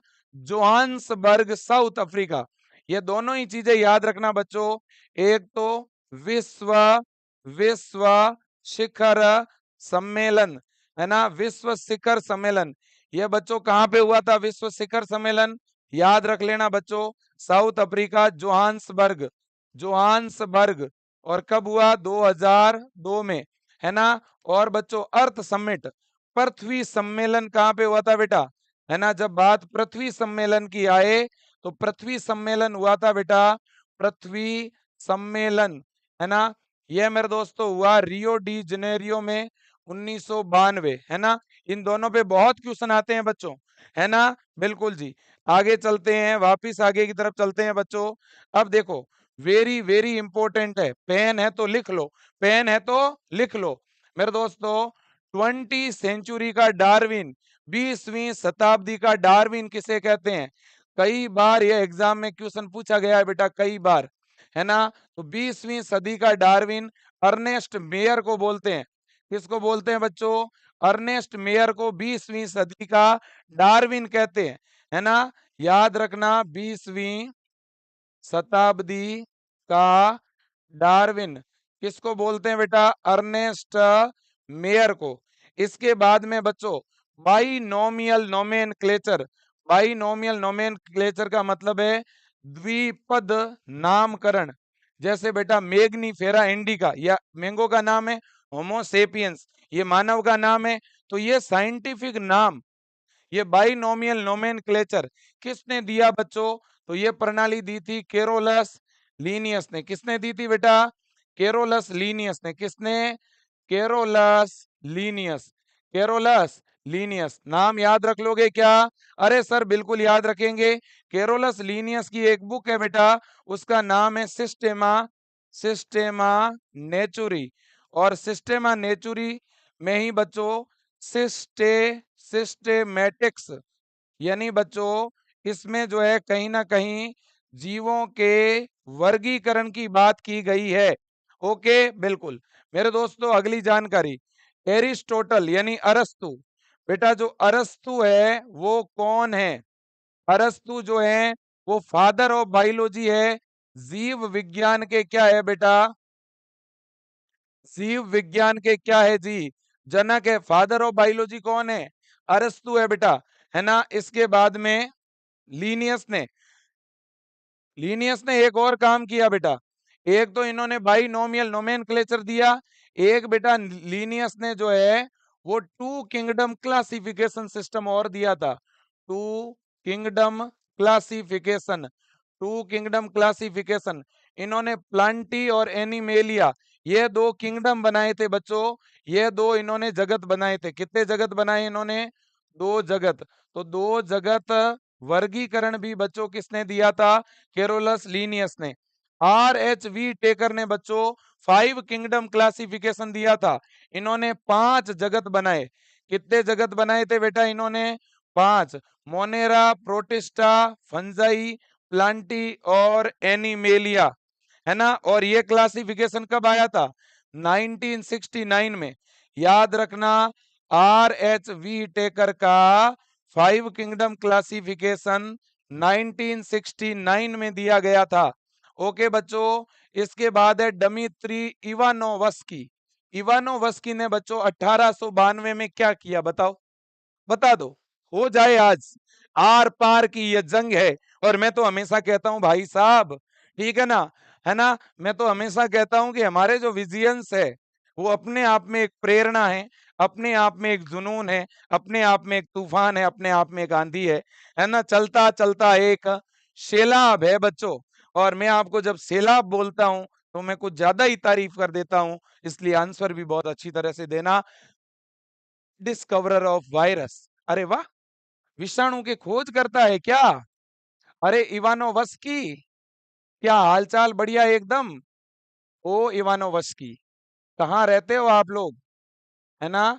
तो जो इवानोवस्की है ना बेटा, इन्होंने वायरस की डिस्कवरी की। वायरस की क्या की बेटा? डिस्कवरी, वायरस की खोज की। और जो पहला डिस्कवरर वायरस था वो कौन सा था? टीएमवी, तंबाकू मोजेक वायरस। सबसे पहले इसी की तो डिस्कवरी हुई थी बेटा, है ना। अब इसके बाद है एमडब्ल्यू बेजेरिंग। बेजेरिंग ने बच्चों 1898 में जब वायरस की डिस्कवरी हुई तो पता चला कि ये तो रोगजनक है, ये तो विषैला है। वायरस शब्द का मतलब ही होता है टॉक्सिक मॉलिक्यूल, विषैला अणु, विष का अणु, है ना। तो बच्चों इसको बोला था fluid as, कॉन्टाजियम vivum fluidum. कॉन्टाजियम vivum fluidum, ये बात किसने करी थी? कॉन्टाजियम वाइवम फ्लूइडम, ये बात किसने की थी? बेजेरिंग ने, है ना। याद रखना। अरे बेजेरिंग सर मेरे से याद, तो बजरंग याद रख लो, बजरंग से बेजेरिंग याद रख लेना, और तो क्या करूं मैं, है। हाँ जी, बजरंग ने क्या बोला था? कॉन्टाजियम वाइवम फ्लूइडम बोला था।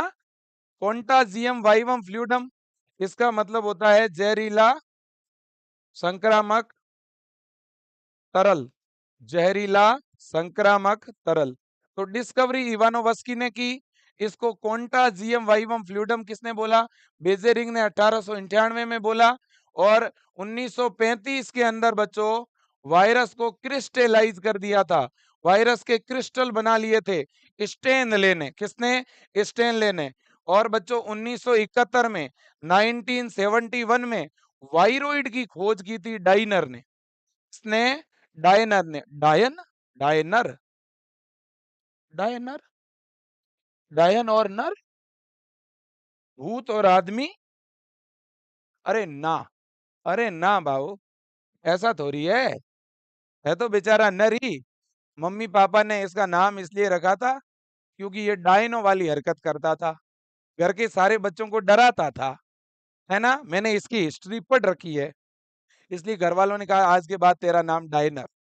ठीक है, तब से इसका नाम हो गया डायनर, है ना। किसकी खोज की इसने? वायरस और वायरोइड अलग होते हैं बेटा। तो वायरोइड, वायरोइड की जो खोज हुई थी वो तो 1971 में हुई थी बेटा, और वायरस की जो खोज हुई थी वो 1892 में हुई थी बच्चों, है ना। याद रख लेना भाई। हाँ, अब लीनियस बार बार क्या करेगा, बच्चे की जान लेगा का, है ना। बिल्कुल जी। अब इसके बाद में बच्चों बच्चों बच्चों इन्होंने क्या बोला? इन्होंने बोला आर्टिफिशियल क्लासिफिकेशन सिस्टम। बेटा इसे कृत्रिम वर्गीकरण बोलते हैं, कृत्रिम वर्गीकरण, कृत्रिम वर्गीकरण। तो कृत्रिम वर्गीकरण तंत्र का समर्थक था लीनियस बच्चों, केरोलस लीनियस जो था ना बेटा। देखो जीवों के 3 तरह के क्लासिफिकेशन सिस्टम है। अच्छा, झूठ बोल रहे हो? अरे नहीं भाई, एक आर्टिफिशियल, दूसरा नेचुरल, तीसरा फाइलोजेनेटिक। 3 प्रकार का क्लासिफिकेशन होता है। पहला आर्टिफिशियल होता है बेटा, और दूसरा होता है नेचुरल, और तीसरा होता है फाइलोजेनेटिक, फाइलोजेनेटिक। तो बेटा जो ये आर्टिफिशियल क्लासिफिकेशन होता है ना, ये किस पे आधारित होता है? ये बच्चों सुपरफिशियल जो कैरेक्टर होते हैं ना, बाहरी लक्षण, उन पे आधारित होता है। एक कोई प्लांट है, एक कोई एनिमल है, उनके मैं बाहरी सुपरफिशियल मॉर्फोलॉजी देख के अगर किसी को क्लासिफाई करूं तो वो कृत्रिम वर्गीकरण होगा। और इसके समर्थक लीनियस थे, कैरोलस लीनियस। ओके, है ना। जैसे बच्चों इसमें कुछ जो है आंतरिक लक्षण भी काम में आते हैं, जैसे एंड्रोसियम की स्ट्रक्चर, लेकिन बहुत कम, है ना। अब होता है नेचुरल क्लासिफिकेशन बच्चों, प्राकृतिक वर्गीकरण। प्राकृतिक जो वर्गीकरण है ना बच्चों, वो थोड़ा आर्टिफिशियल से ज्यादा बेहतर है, ये ज्यादा अच्छा है। क्यों? क्योंकि बच्चों इसके समर्थक है बेंथम और हुकर, बेंथम और हुकर, बेंथम और हुकर, है ना बच्चों। और ये जो प्राकृतिक वर्गीकरण है ना बच्चों, ये अल्ट्रा स्ट्रक्चर, एनाटमी, एम्ब्रियोलॉजी और फाइटोकेमिस्ट्री, इस पर आधारित है। ये तो बहुत बड़ी बात है, अल्ट्रा स्ट्रक्चर। अल्ट्रा, अल्ट्रा का मतलब बहुत छोटा, कोशिका के अंदर झांक के देखूंगा फिर वर्गीकरण दूंगा। हाँ, तो ये जो इंट्रा नेचुरल है ना, नेचुरल क्लासिफिकेशन, इसमें बच्चों क्या होता है? इंटरनल स्ट्रक्चर को भी देखेंगे, एक्सटर्नल कैरेक्टर को देखेंगे, इंटरनल कैरेक्टर को भी देखेंगे, एम्ब्रियो को देखेंगे, सेल को भी देखेंगे, फिर देंगे क्लासिफिकेशन। हाँ और क्या।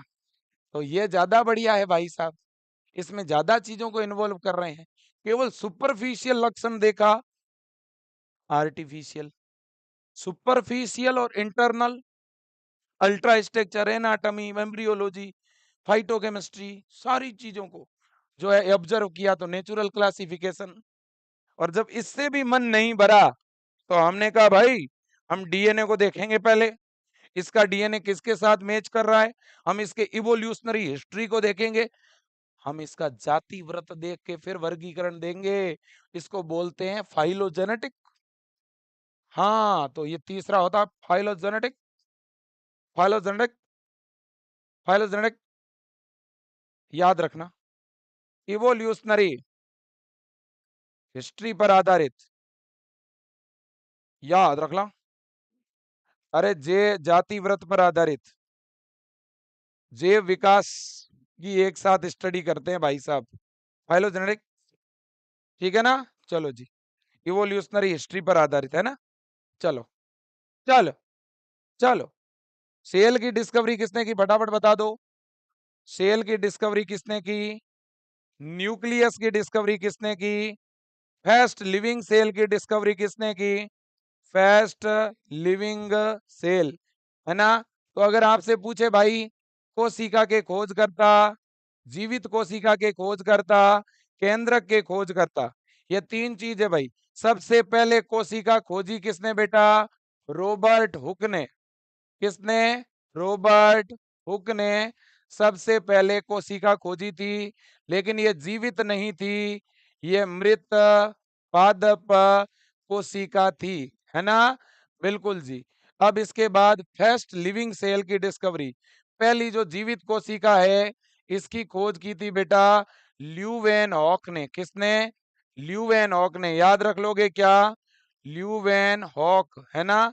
अब इसके बाद न्यूक्लियस की खोज किसने की थी बेटा? रॉबर्ट ब्राउन ने, है ना? Robert brown. किसने बेटा? अरे रॉबर्ट ब्राउन ने भाई मेरे। रॉबर्ट ब्राउन का मतलब होता है रॉबर्ट भूरिया। इन्होंने बेटा 1831 के अंदर न्यूक्लियस की डिस्कवरी की। ल्यूवेन हॉक ने बेटा सन 1674 में फर्स्ट लिविंग सेल की डिस्कवरी की, और सन 1665 में बेटा फर्स्ट सेल की डिस्कवरी हुई थी। ये बात आपको याद रखना पड़ेगा। इसके बाद एक चीज आती है सेल थ्योरी बेटा। Cell theory. Cell theory. Cell theory पे बेटा दो चीजें याद रखना। कोशिका सिद्धांत पे, एक तो सबसे पहले कोशिका सिद्धांत किसने दिया, और फिर सेल थ्योरी को मॉडिफाई किसने किया। सबसे पहले किसने दिया? तब तो नाम आएगा बेटा स्लाइडेन और स्वान का। स्लाइडेन और किसका बेटा? स्वान का। इन्होंने 1838 1839 में फर्स्ट टाइम पहली बार सेल थ्योरी दी, और इस सेल थ्योरी को बच्चों मॉडिफाई किया था रूडोल्फ विर्चो ने। किसने बेटा? रूडोल्फ विर्चो ने। कब भाई? 1855 में। और इन्होंने बोला था बेटा ओमनिस सेलुला ई सेलुला। इन्होंने कहा था कि पहले से जो विद्यमान कोशिका है उसमें विभाजन से नई कोशिका बनती है भाई साहब, है ना? बिल्कुल।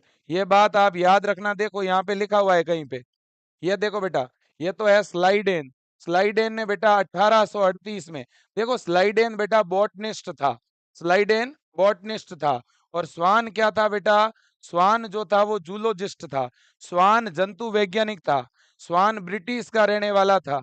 स्लाइडेन जर्मनी का रहने वाला था, है ना? हम और जो है मुझे पता है हमारे एक मित्र थे, उनका नाम था टेलर, है ना? मैं, टेलर, स्लाइडेन, विर्चो, और मेरे साथ कौन था? रॉबर्ट भूरिया, ल्यूवेनॉक। हम सब एक बार ट्रिप पे गए थे घूमने के लिए, है ना? हाँ मेरे दोस्तों, हम सब गए थे घूमने के लिए। ये मैं बात बता रहा हूँ आपको सन 1845 की। हाँ, अभी मेरा पुनर्जन्म हुआ है। हाँ, अब देखो भाई साहब, क्योंकि कुछ काम पीछे रह गए थे, है ना?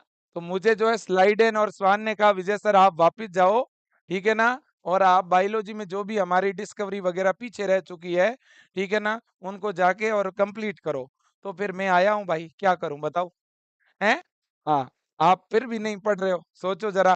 हैं? हाँ, अब देखो, तो भाई मेरे प्लाज्मा मेम्ब्रेन, कोशिका के बाहर कोशिका झिल्ली होती है, ये जानकारी देने वाले भी स्वान थे बेटा, है ना? स्वान ने जंतु कोशिका की स्टडी की थी, आपको पता होना चाहिए, है ना?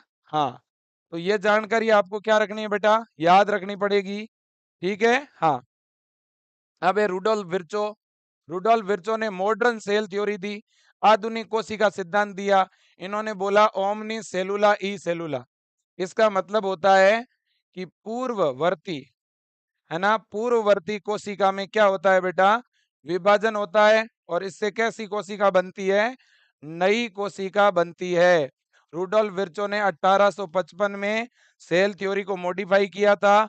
इन्होंने पहली बार बच्चों ये बोला था कि सेल में डिवीजन होता है, कोशिका में विभाजन होता है बेटा। केमिलियो गोल्जी ने बेटा 1898 के अंदर गोल्जी बॉडी की डिस्कवरी की। याद रखना, गोल्जी बॉडी, जिसको बच्चों डिक्टियोसोम भी बोला जाता है। डिक्टियोसोम, है ना? पादप कोशिका के अंदर प्लांट सेल में बेटा इसको डिक्टियोसोम बोलते हैं। गोल्जी बॉडी का काम होता है बेटा कोशिका के अंदर पदार्थों को पैक करना, पैकेजिंग करना। बच्चों जॉर्ज पेलेड, जॉर्ज पेलेट ने 1953 में बेटा राइबोसोम की डिस्कवरी की थी। और राइबोसोम जो है बेटा सबसे छोटे सेल ऑर्गन होते हैं, स्मॉलेस्ट सेल ऑर्गेनेल, है ना। बिल्कुल जी, ये बात याद रखना बच्चों। 1972 1972 के अंदर बेटा एक साइंटिस्ट था जिसका नाम था सिंगर, दूसरा था निकोलसन बेटा। इन दोनों ने क्या किया था, इन्होंने प्लाज्मा मेम्ब्रेन की, सेल मेम्ब्रेन की एक फ्लूइड मोजेक थ्योरी दी थी। याद रखना, कोशिका झिल्ली का तरल मोजेक सिद्धांत। किसका बच्चों? कोशिका, कोशिका झिल्ली, कोशिका झिल्ली का बच्चों तरल मोजेक सिद्धांत, तरल मोजेक सिद्धांत यह दिया था बच्चों सिंगर और निकोलसन ने। किसने दिया था बच्चों? सिंगर और निकोलसन ने 1972 में दिया था बच्चों। ये बात आपको याद रखनी पड़ेगी। वैसे बेटा एक साइंटिस्ट था रॉबर्टसन।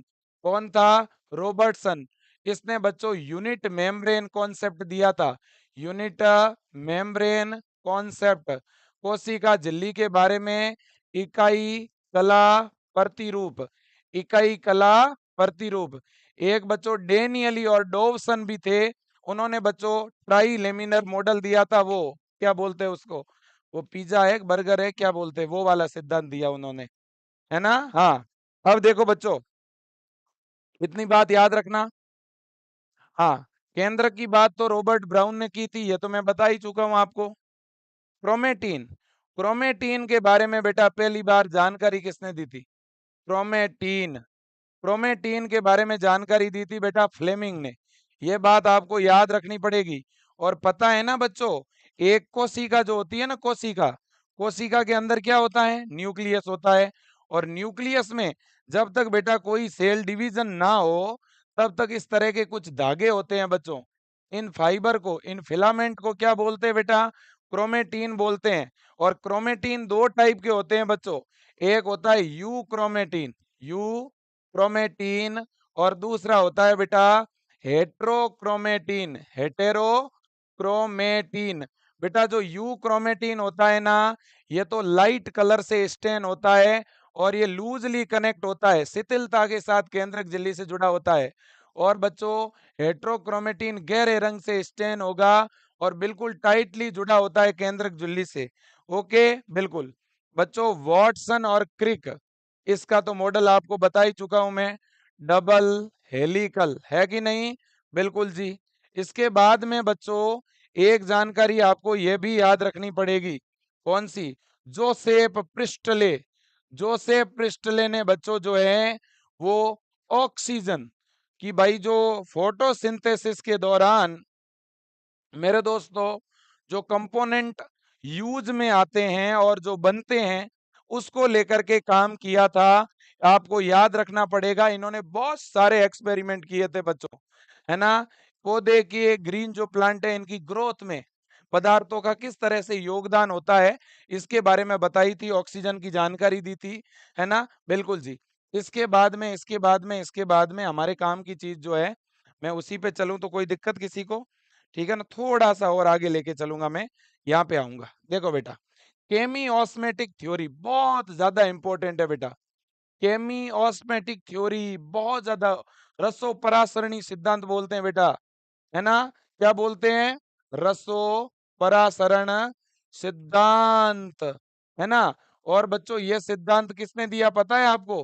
पीटर मिसेल ने, Peter Mitchell, Peter Mitchell. Okay, बिल्कुल जी। इसके बाद में बच्चों एक साइंटिस्ट था केल्विन। कौन था? केल्विन। केल्विन ने बेटा फोटोसिंथेसिस के बारे में एक साइकिल दिया था, पता है आपको? C3 साइकिल, C3 साइकिल के बारे में जानकारी। पौधों के अंदर जो C3 साइकिल है बच्चों, इसकी जानकारी देने वाले कौन थे? केल्विन ही थे बच्चों। वैसे इन्होंने रेडियो एक्टिव कार्बन लिया, फिर एलगी के अंदर फोटोसिंथेसिस की स्टडी की, है ना। और बच्चों CO2 फिक्सेशन से 3 कार्बन वाला पहला ऑर्गेनिक एसिड PGA बनता है, फॉस्फोगिल्सरिक एसिड, इसकी बात बताई थी। शायद आपको पता होगा बच्चों, जो C3 साइकिल चलता है ना बेटा पौधों में, C3 साइकिल के दौरान क्या होता है? C3 साइकिल के दौरान बच्चों एक RUBP राइब्यूलोज बिस फॉस्फेट नाम का 5 कार्बन वाला यौगिक होता है, जो CO2 के साथ जुड़ करके बच्चों 3 कार्बन वाले 2 कंपाउंड बनाता है। इनको हम PGA फॉस्फोगिल्सरिक एसिड बोलते हैं। C3 साइकिल की ये पहली अभिक्रिया है जिसमें CO2 का फिक्सेशन हो रहा है। इसकी स्टडी बेटा मेलविन केल्विन ने की थी। यही बात है बड़ी, है ना? तो मेलविन केल्विन ने ये बड़ा काम किया था। C4 चक्र पौधों में बेटा C4 चक्र की डिस्कवरी किसने की? हेच और स्लेक ने। याद रख लेना बच्चों, हेच और स्लेक। और जो C4 पौधे होते हैं ना बच्चों, C4 प्लांट, C4 प्लांट में बेटा क्रेन्स एनाटमी पाई जाती है। ओके, बिल्कुल। इसके बाद में एक साइंटिस्ट थे बेटा ब्लैकमैन। इन्होंने 1905 में बेटा law of limiting factor, law of limiting factor यानी सीमा कारक नियम दिया था। फोटोसिंथेसिस के अंदर बहुत सारे फैक्टर काम में आते हैं, तो बच्चों इन्होंने ये कहा था कि कोई भी एक फैक्टर अगर कम हो जाएगा तो फोटोसिंथेसिस की रेट डाउन हो जाती है ना? बिल्कुल जी। इसके बाद में बच्चों, इसके बाद में देखिए ईएमपी पाथवे। ईएमपी पाथवे बोलते हैं बेटा ग्लाइकोलाइसिस को। किसको बोलते हैं बेटा? ग्लाइकोलाइसिस को बोलते हैं। ये बात आपको याद रखनी है ना? और ग्लाइकोलाइसिस में 6 कार्बन वाला जो ग्लूकोज होता है बेटा, इसको 3-3 कार्बन वाले पाइरुविक एसिड में हम बदलते हैं, है ना? और इसी को ग्लाइकोलाइसिस कहते हैं। ग्लाइकोलाइसिस को ईएमपी पाथवे इसलिए कहते हैं बेटा क्योंकि 3 वैज्ञानिक एम्बेडेन, मेयर हाफ और पारनास, इन तीनों ने इसकी स्टडी की थी। एम्बेडेन, मेयर हाफ और पारनास। ये बात आपको याद ही रखनी पड़ेगी, बिल्कुल याद रखेंगे। इसके बाद है बेटा क्रेब्स साइकिल। क्रेब्स साइकिल जो है वो माइटोकॉन्ड्रिया के मैट्रिक्स के अंदर चलता है बेटा, है ना? माइटोकॉन्ड्रिया के मैट्रिक्स में चलने वाली यह श्वसन की सबसे मुख्य अभिक्रिया है। इसको सिट्रिक एसिड साइकिल भी बोलते हैं, है ना? इसको TCA साइकिल या बच्चों सिट्रिक एसिड साइकिल भी बोलते हैं, है ना? और क्रेब्स नाम का एक साइंटिस्ट था बच्चों, उसने हैंस क्रेब्स, इसने ही पहली बार बच्चों इस क्रेब्स साइकिल की जानकारी दी थी। ओके, बिल्कुल जी। अब बच्चों एक साइंटिस्ट है जिसका नाम है डार्विन। अब देखो हम पीजीआर की बात कर रहे हैं, है ना? बिल्कुल ध्यान से सुनना बच्चों, बहुत इंपॉर्टेंट चीज बता रहा हूं। ऑक्सीन नाम सुना है का? नहीं सुना तो हम पानी पी लेते हैं।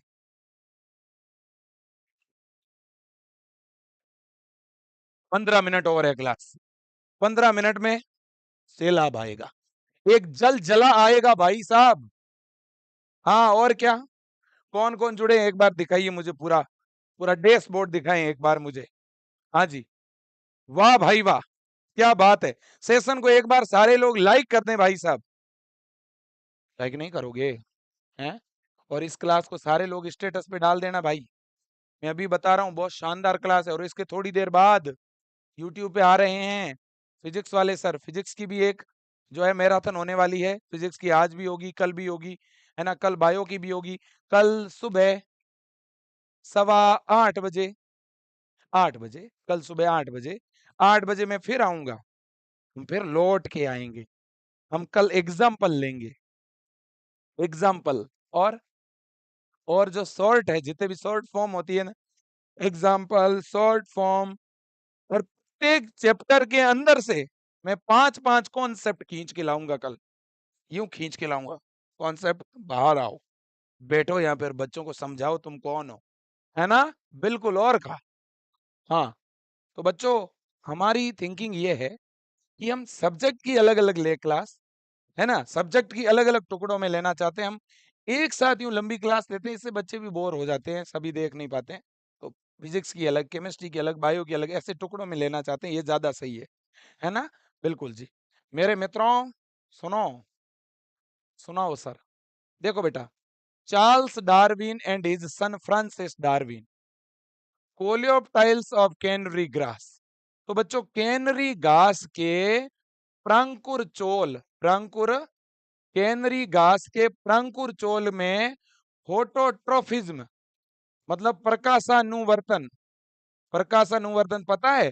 पौधे के किसी भी कोलेप्टाइल्स पर आप लाइट डालोगे ना, तो वो लाइट की तरफ मुड़ जाएगा। तो ये जो लाइट की तरफ मुड़ रहा है, तो ये किसी न किसी हार्मोन की वजह से ही मुड़ रहा है। ऐसा पहली बार बच्चों चार्ल्स डार्विन और उनके सन फ्रांसिस डार्विन को पता चला, तो इन्होंने पहली बार ये स्टडी की। पूछा जा सकता है केंद्रीय ग्रास के अंदर फोटोट्रोपिज्म की स्टडी किसने की थी? Darwin and Darwin, Darwin and Darwin ने। ओके, ऑक्सीन को पहली बार आइसोलेट किसने किया था? तो एफ डब्ल्यू वेंट ने। किसने? एफ डब्ल्यू वेंट ने बेटा ऑक्सीन को आइसोलेट किया था। कहां से? टिप ऑफ कोलियोप्टाइल्स ओट, यानी जो होता है ना बच्चों, जो के प्रंकुर चोल से, है ना, ऑक्सीन को क्या किया था? आइसोलेट। ऑक्सीन जो है बच्चों वो होता है इंडोल एसिटिक एसिड। इसको इंडोल एसिटिक एसिड बोलते हैं, ठीक है ना? 7:30 कर देना उसको।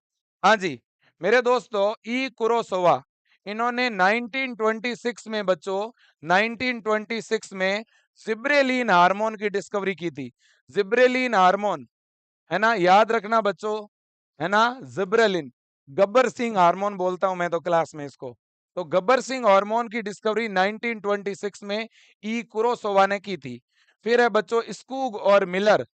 स्कूग और मिलर ने 1955 के अंदर बच्चों साइटोकाइनिन पर स्टडी की थी, साइटोकाइनिन पर काम किया था। साथ ही साथ काइनेटिन, काइनेटिन भी एक तरह का साइटोकाइनिन ही है बच्चों, है ना, याद रख लेना।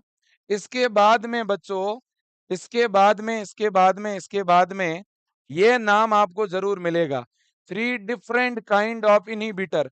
बच्चों देखो पौधों में 3 अलग-अलग प्रकार के वर्धिरोधक होते हैं। देखो वर्धिरोधक हार्मोन तो होता है एब्सिसिक अम्ल, पौधों में वर्धिरोधक हार्मोन होता है एबीए, एब्सिसिक अम्ल, है ना। लेकिन बच्चों इस एब्सिसिक अम्ल के भी अलग अलग फॉर्म होते हैं।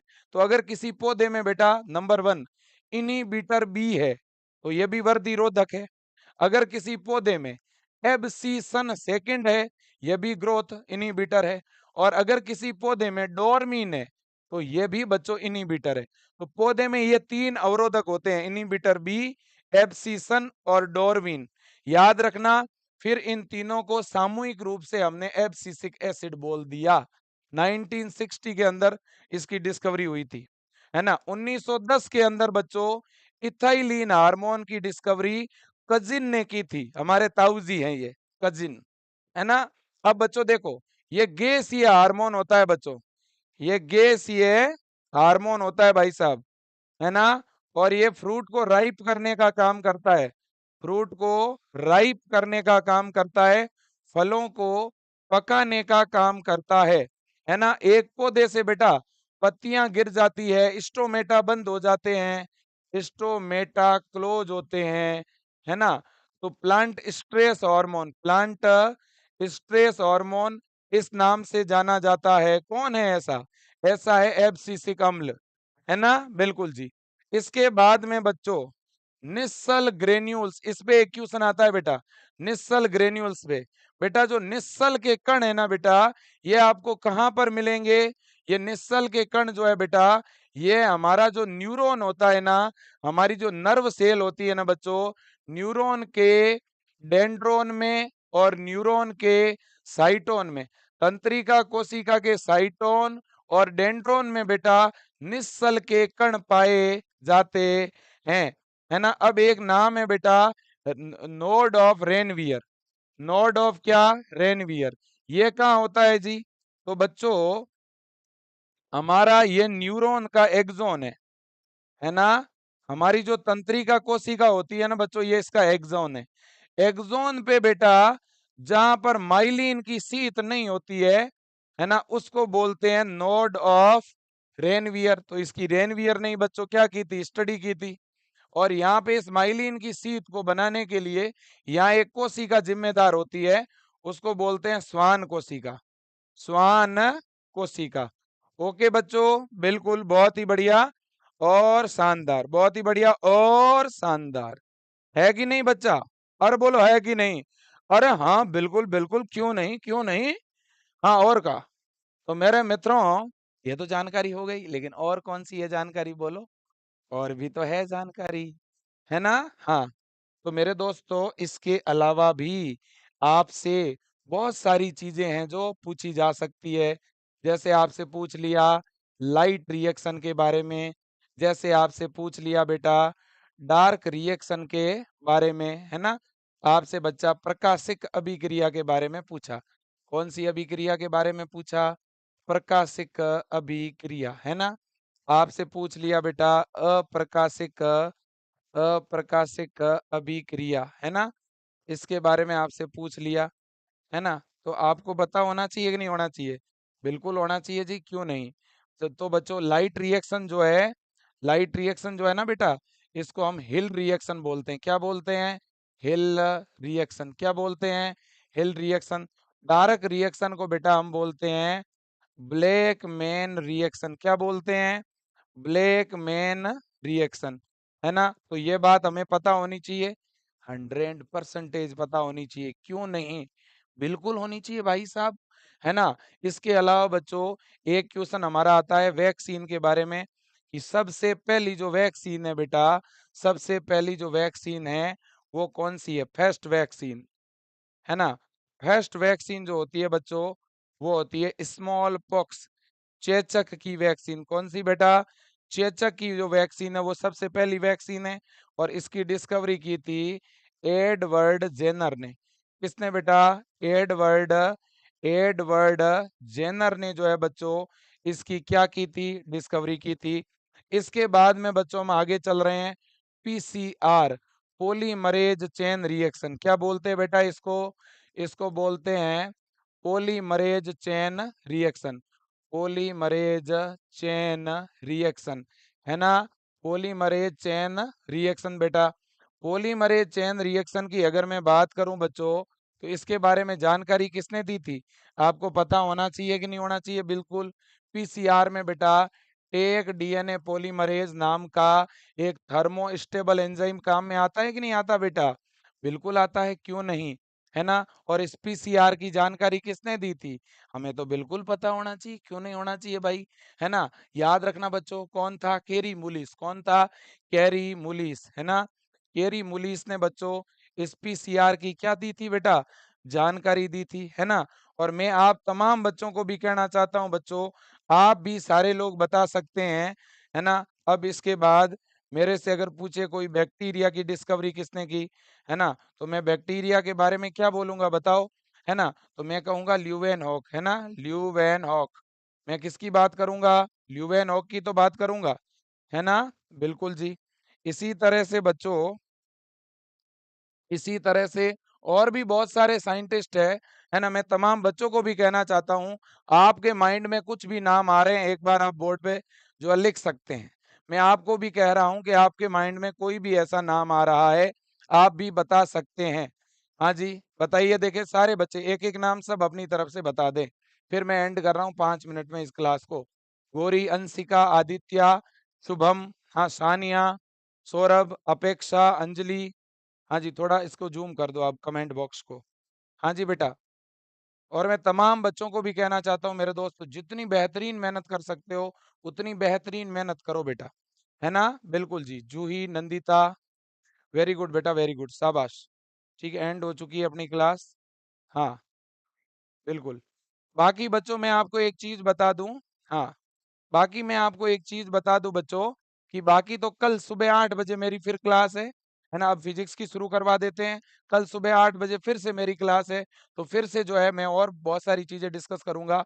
कल की क्लास में मैं फिर बता दूँ सारे एग्ज़ाम्पल, सारी फुल फॉर्म, है ना? तो ये सब कुछ चीज़ें आपको जो है मिलने वाली है कल, ठीक है ना? और क्वेश्चन तो मिलेंगे ही मिलेंगे। फादर ऑफ जूलॉजी अरस्तू ये बेटा, थियोफ्रास्टस फादर ऑफ बॉटनी है ना? बिल्कुल, बिल्कुल, बिल्कुल, बिल्कुल। हाँ जी। चलो जी, चलो। सर बहुत शानदार क्लास थी। थैंक यू सो मच बेटा। हाँ, बिल्कुल जी, बिल्कुल। चलो जी, चलो। चलो जी, चलो। है ना? अब देखो मैंने क्या किया बेटा। मैंने जो एनसीईआरटी बुक्स में नाम है वही बताए, वैसे तो मैं चाहूँ तो साइंटिस्ट के कितने ही नाम बता दूं। फालतू के जो अनावश्यक चीजें हैं बेटा, उनको पढ़ने से कोई मतलब नहीं है एग्जाम के टाइम में। एग्जाम के टाइम में कम समय में ज्यादा कैसे पढ़े, वो मैंने काम यहाँ पे किया है। देखो, महज 1 डेढ़ घंटे के अंदर इतनी सारी चीजें आपको बता दी। आप अगर देखो, इनसे तो 300 400 क्वेश्चन बन सकते हैं, इन वैज्ञानिकों से, इन डेट से, इन कॉन्सेप्ट से। तो इसलिए ये पूरी पीडीएफ आपको पढ़नी है। और मैं तमाम बच्चों को कहना चाहता हूँ, जो बीएससी नर्सिंग एंट्रेंस एग्जाम और पैरामेडिकल एंट्रेंस एग्जाम की तैयारी करना चाहते हैं, वो विजय एजुकेशन के साथ जुड़ें। विजय परिवार में बहुत ही शानदार टीम है, जो पढ़ा रही है, मेहनत कर रही है बेटा। बहुत सिस्टेमेटिक क्लासें चलती है, एकदम नाम मात्र की फीस में, 1,000 रुपए से भी कम फीस में हम पूरे साल भर बच्चों को पढ़ाते हैं, अच्छी तरह से मेहनत करवाते हैं। आप सबका स्वागत है विजय एजुकेशन में। आपके आपके साथी जो भी जुड़ना चाहते हैं, क्योंकि अभी तो बहुत सारे राज्यों में एग्जाम के फॉर्म ही नहीं आए हैं। हरियाणा है, राजस्थान है, एमपी है कि नहीं है? तो जिन राज्यों में अभी फॉर्म नहीं आए हैं, उन राज्यों के बच्चे विजय परिवार के ऑनलाइन बैच में जुड़ सकते हैं। और अभी बिहार में एग्जाम में बहुत टाइम है ना? और भी बहुत सारे बच्चे हैं जो विजय एजुकेशन के साथ जुड़े। 2025 के लिए बच्चों बैच जो है वो हम 10 जून को लॉन्च करेंगे। मेरे प्यारे साथियों, आज के लिए इतना ही। Thank you so much. Thank you again. Thank you, thank you, thank you. और जस्ट जस्ट 15 मिनट बाद फिजिक्स की क्लास स्टार्ट हो रही है। तब तक आप आराम से पानी वानी पी करके वापिस क्लास में आ जाइए। Thank you so much.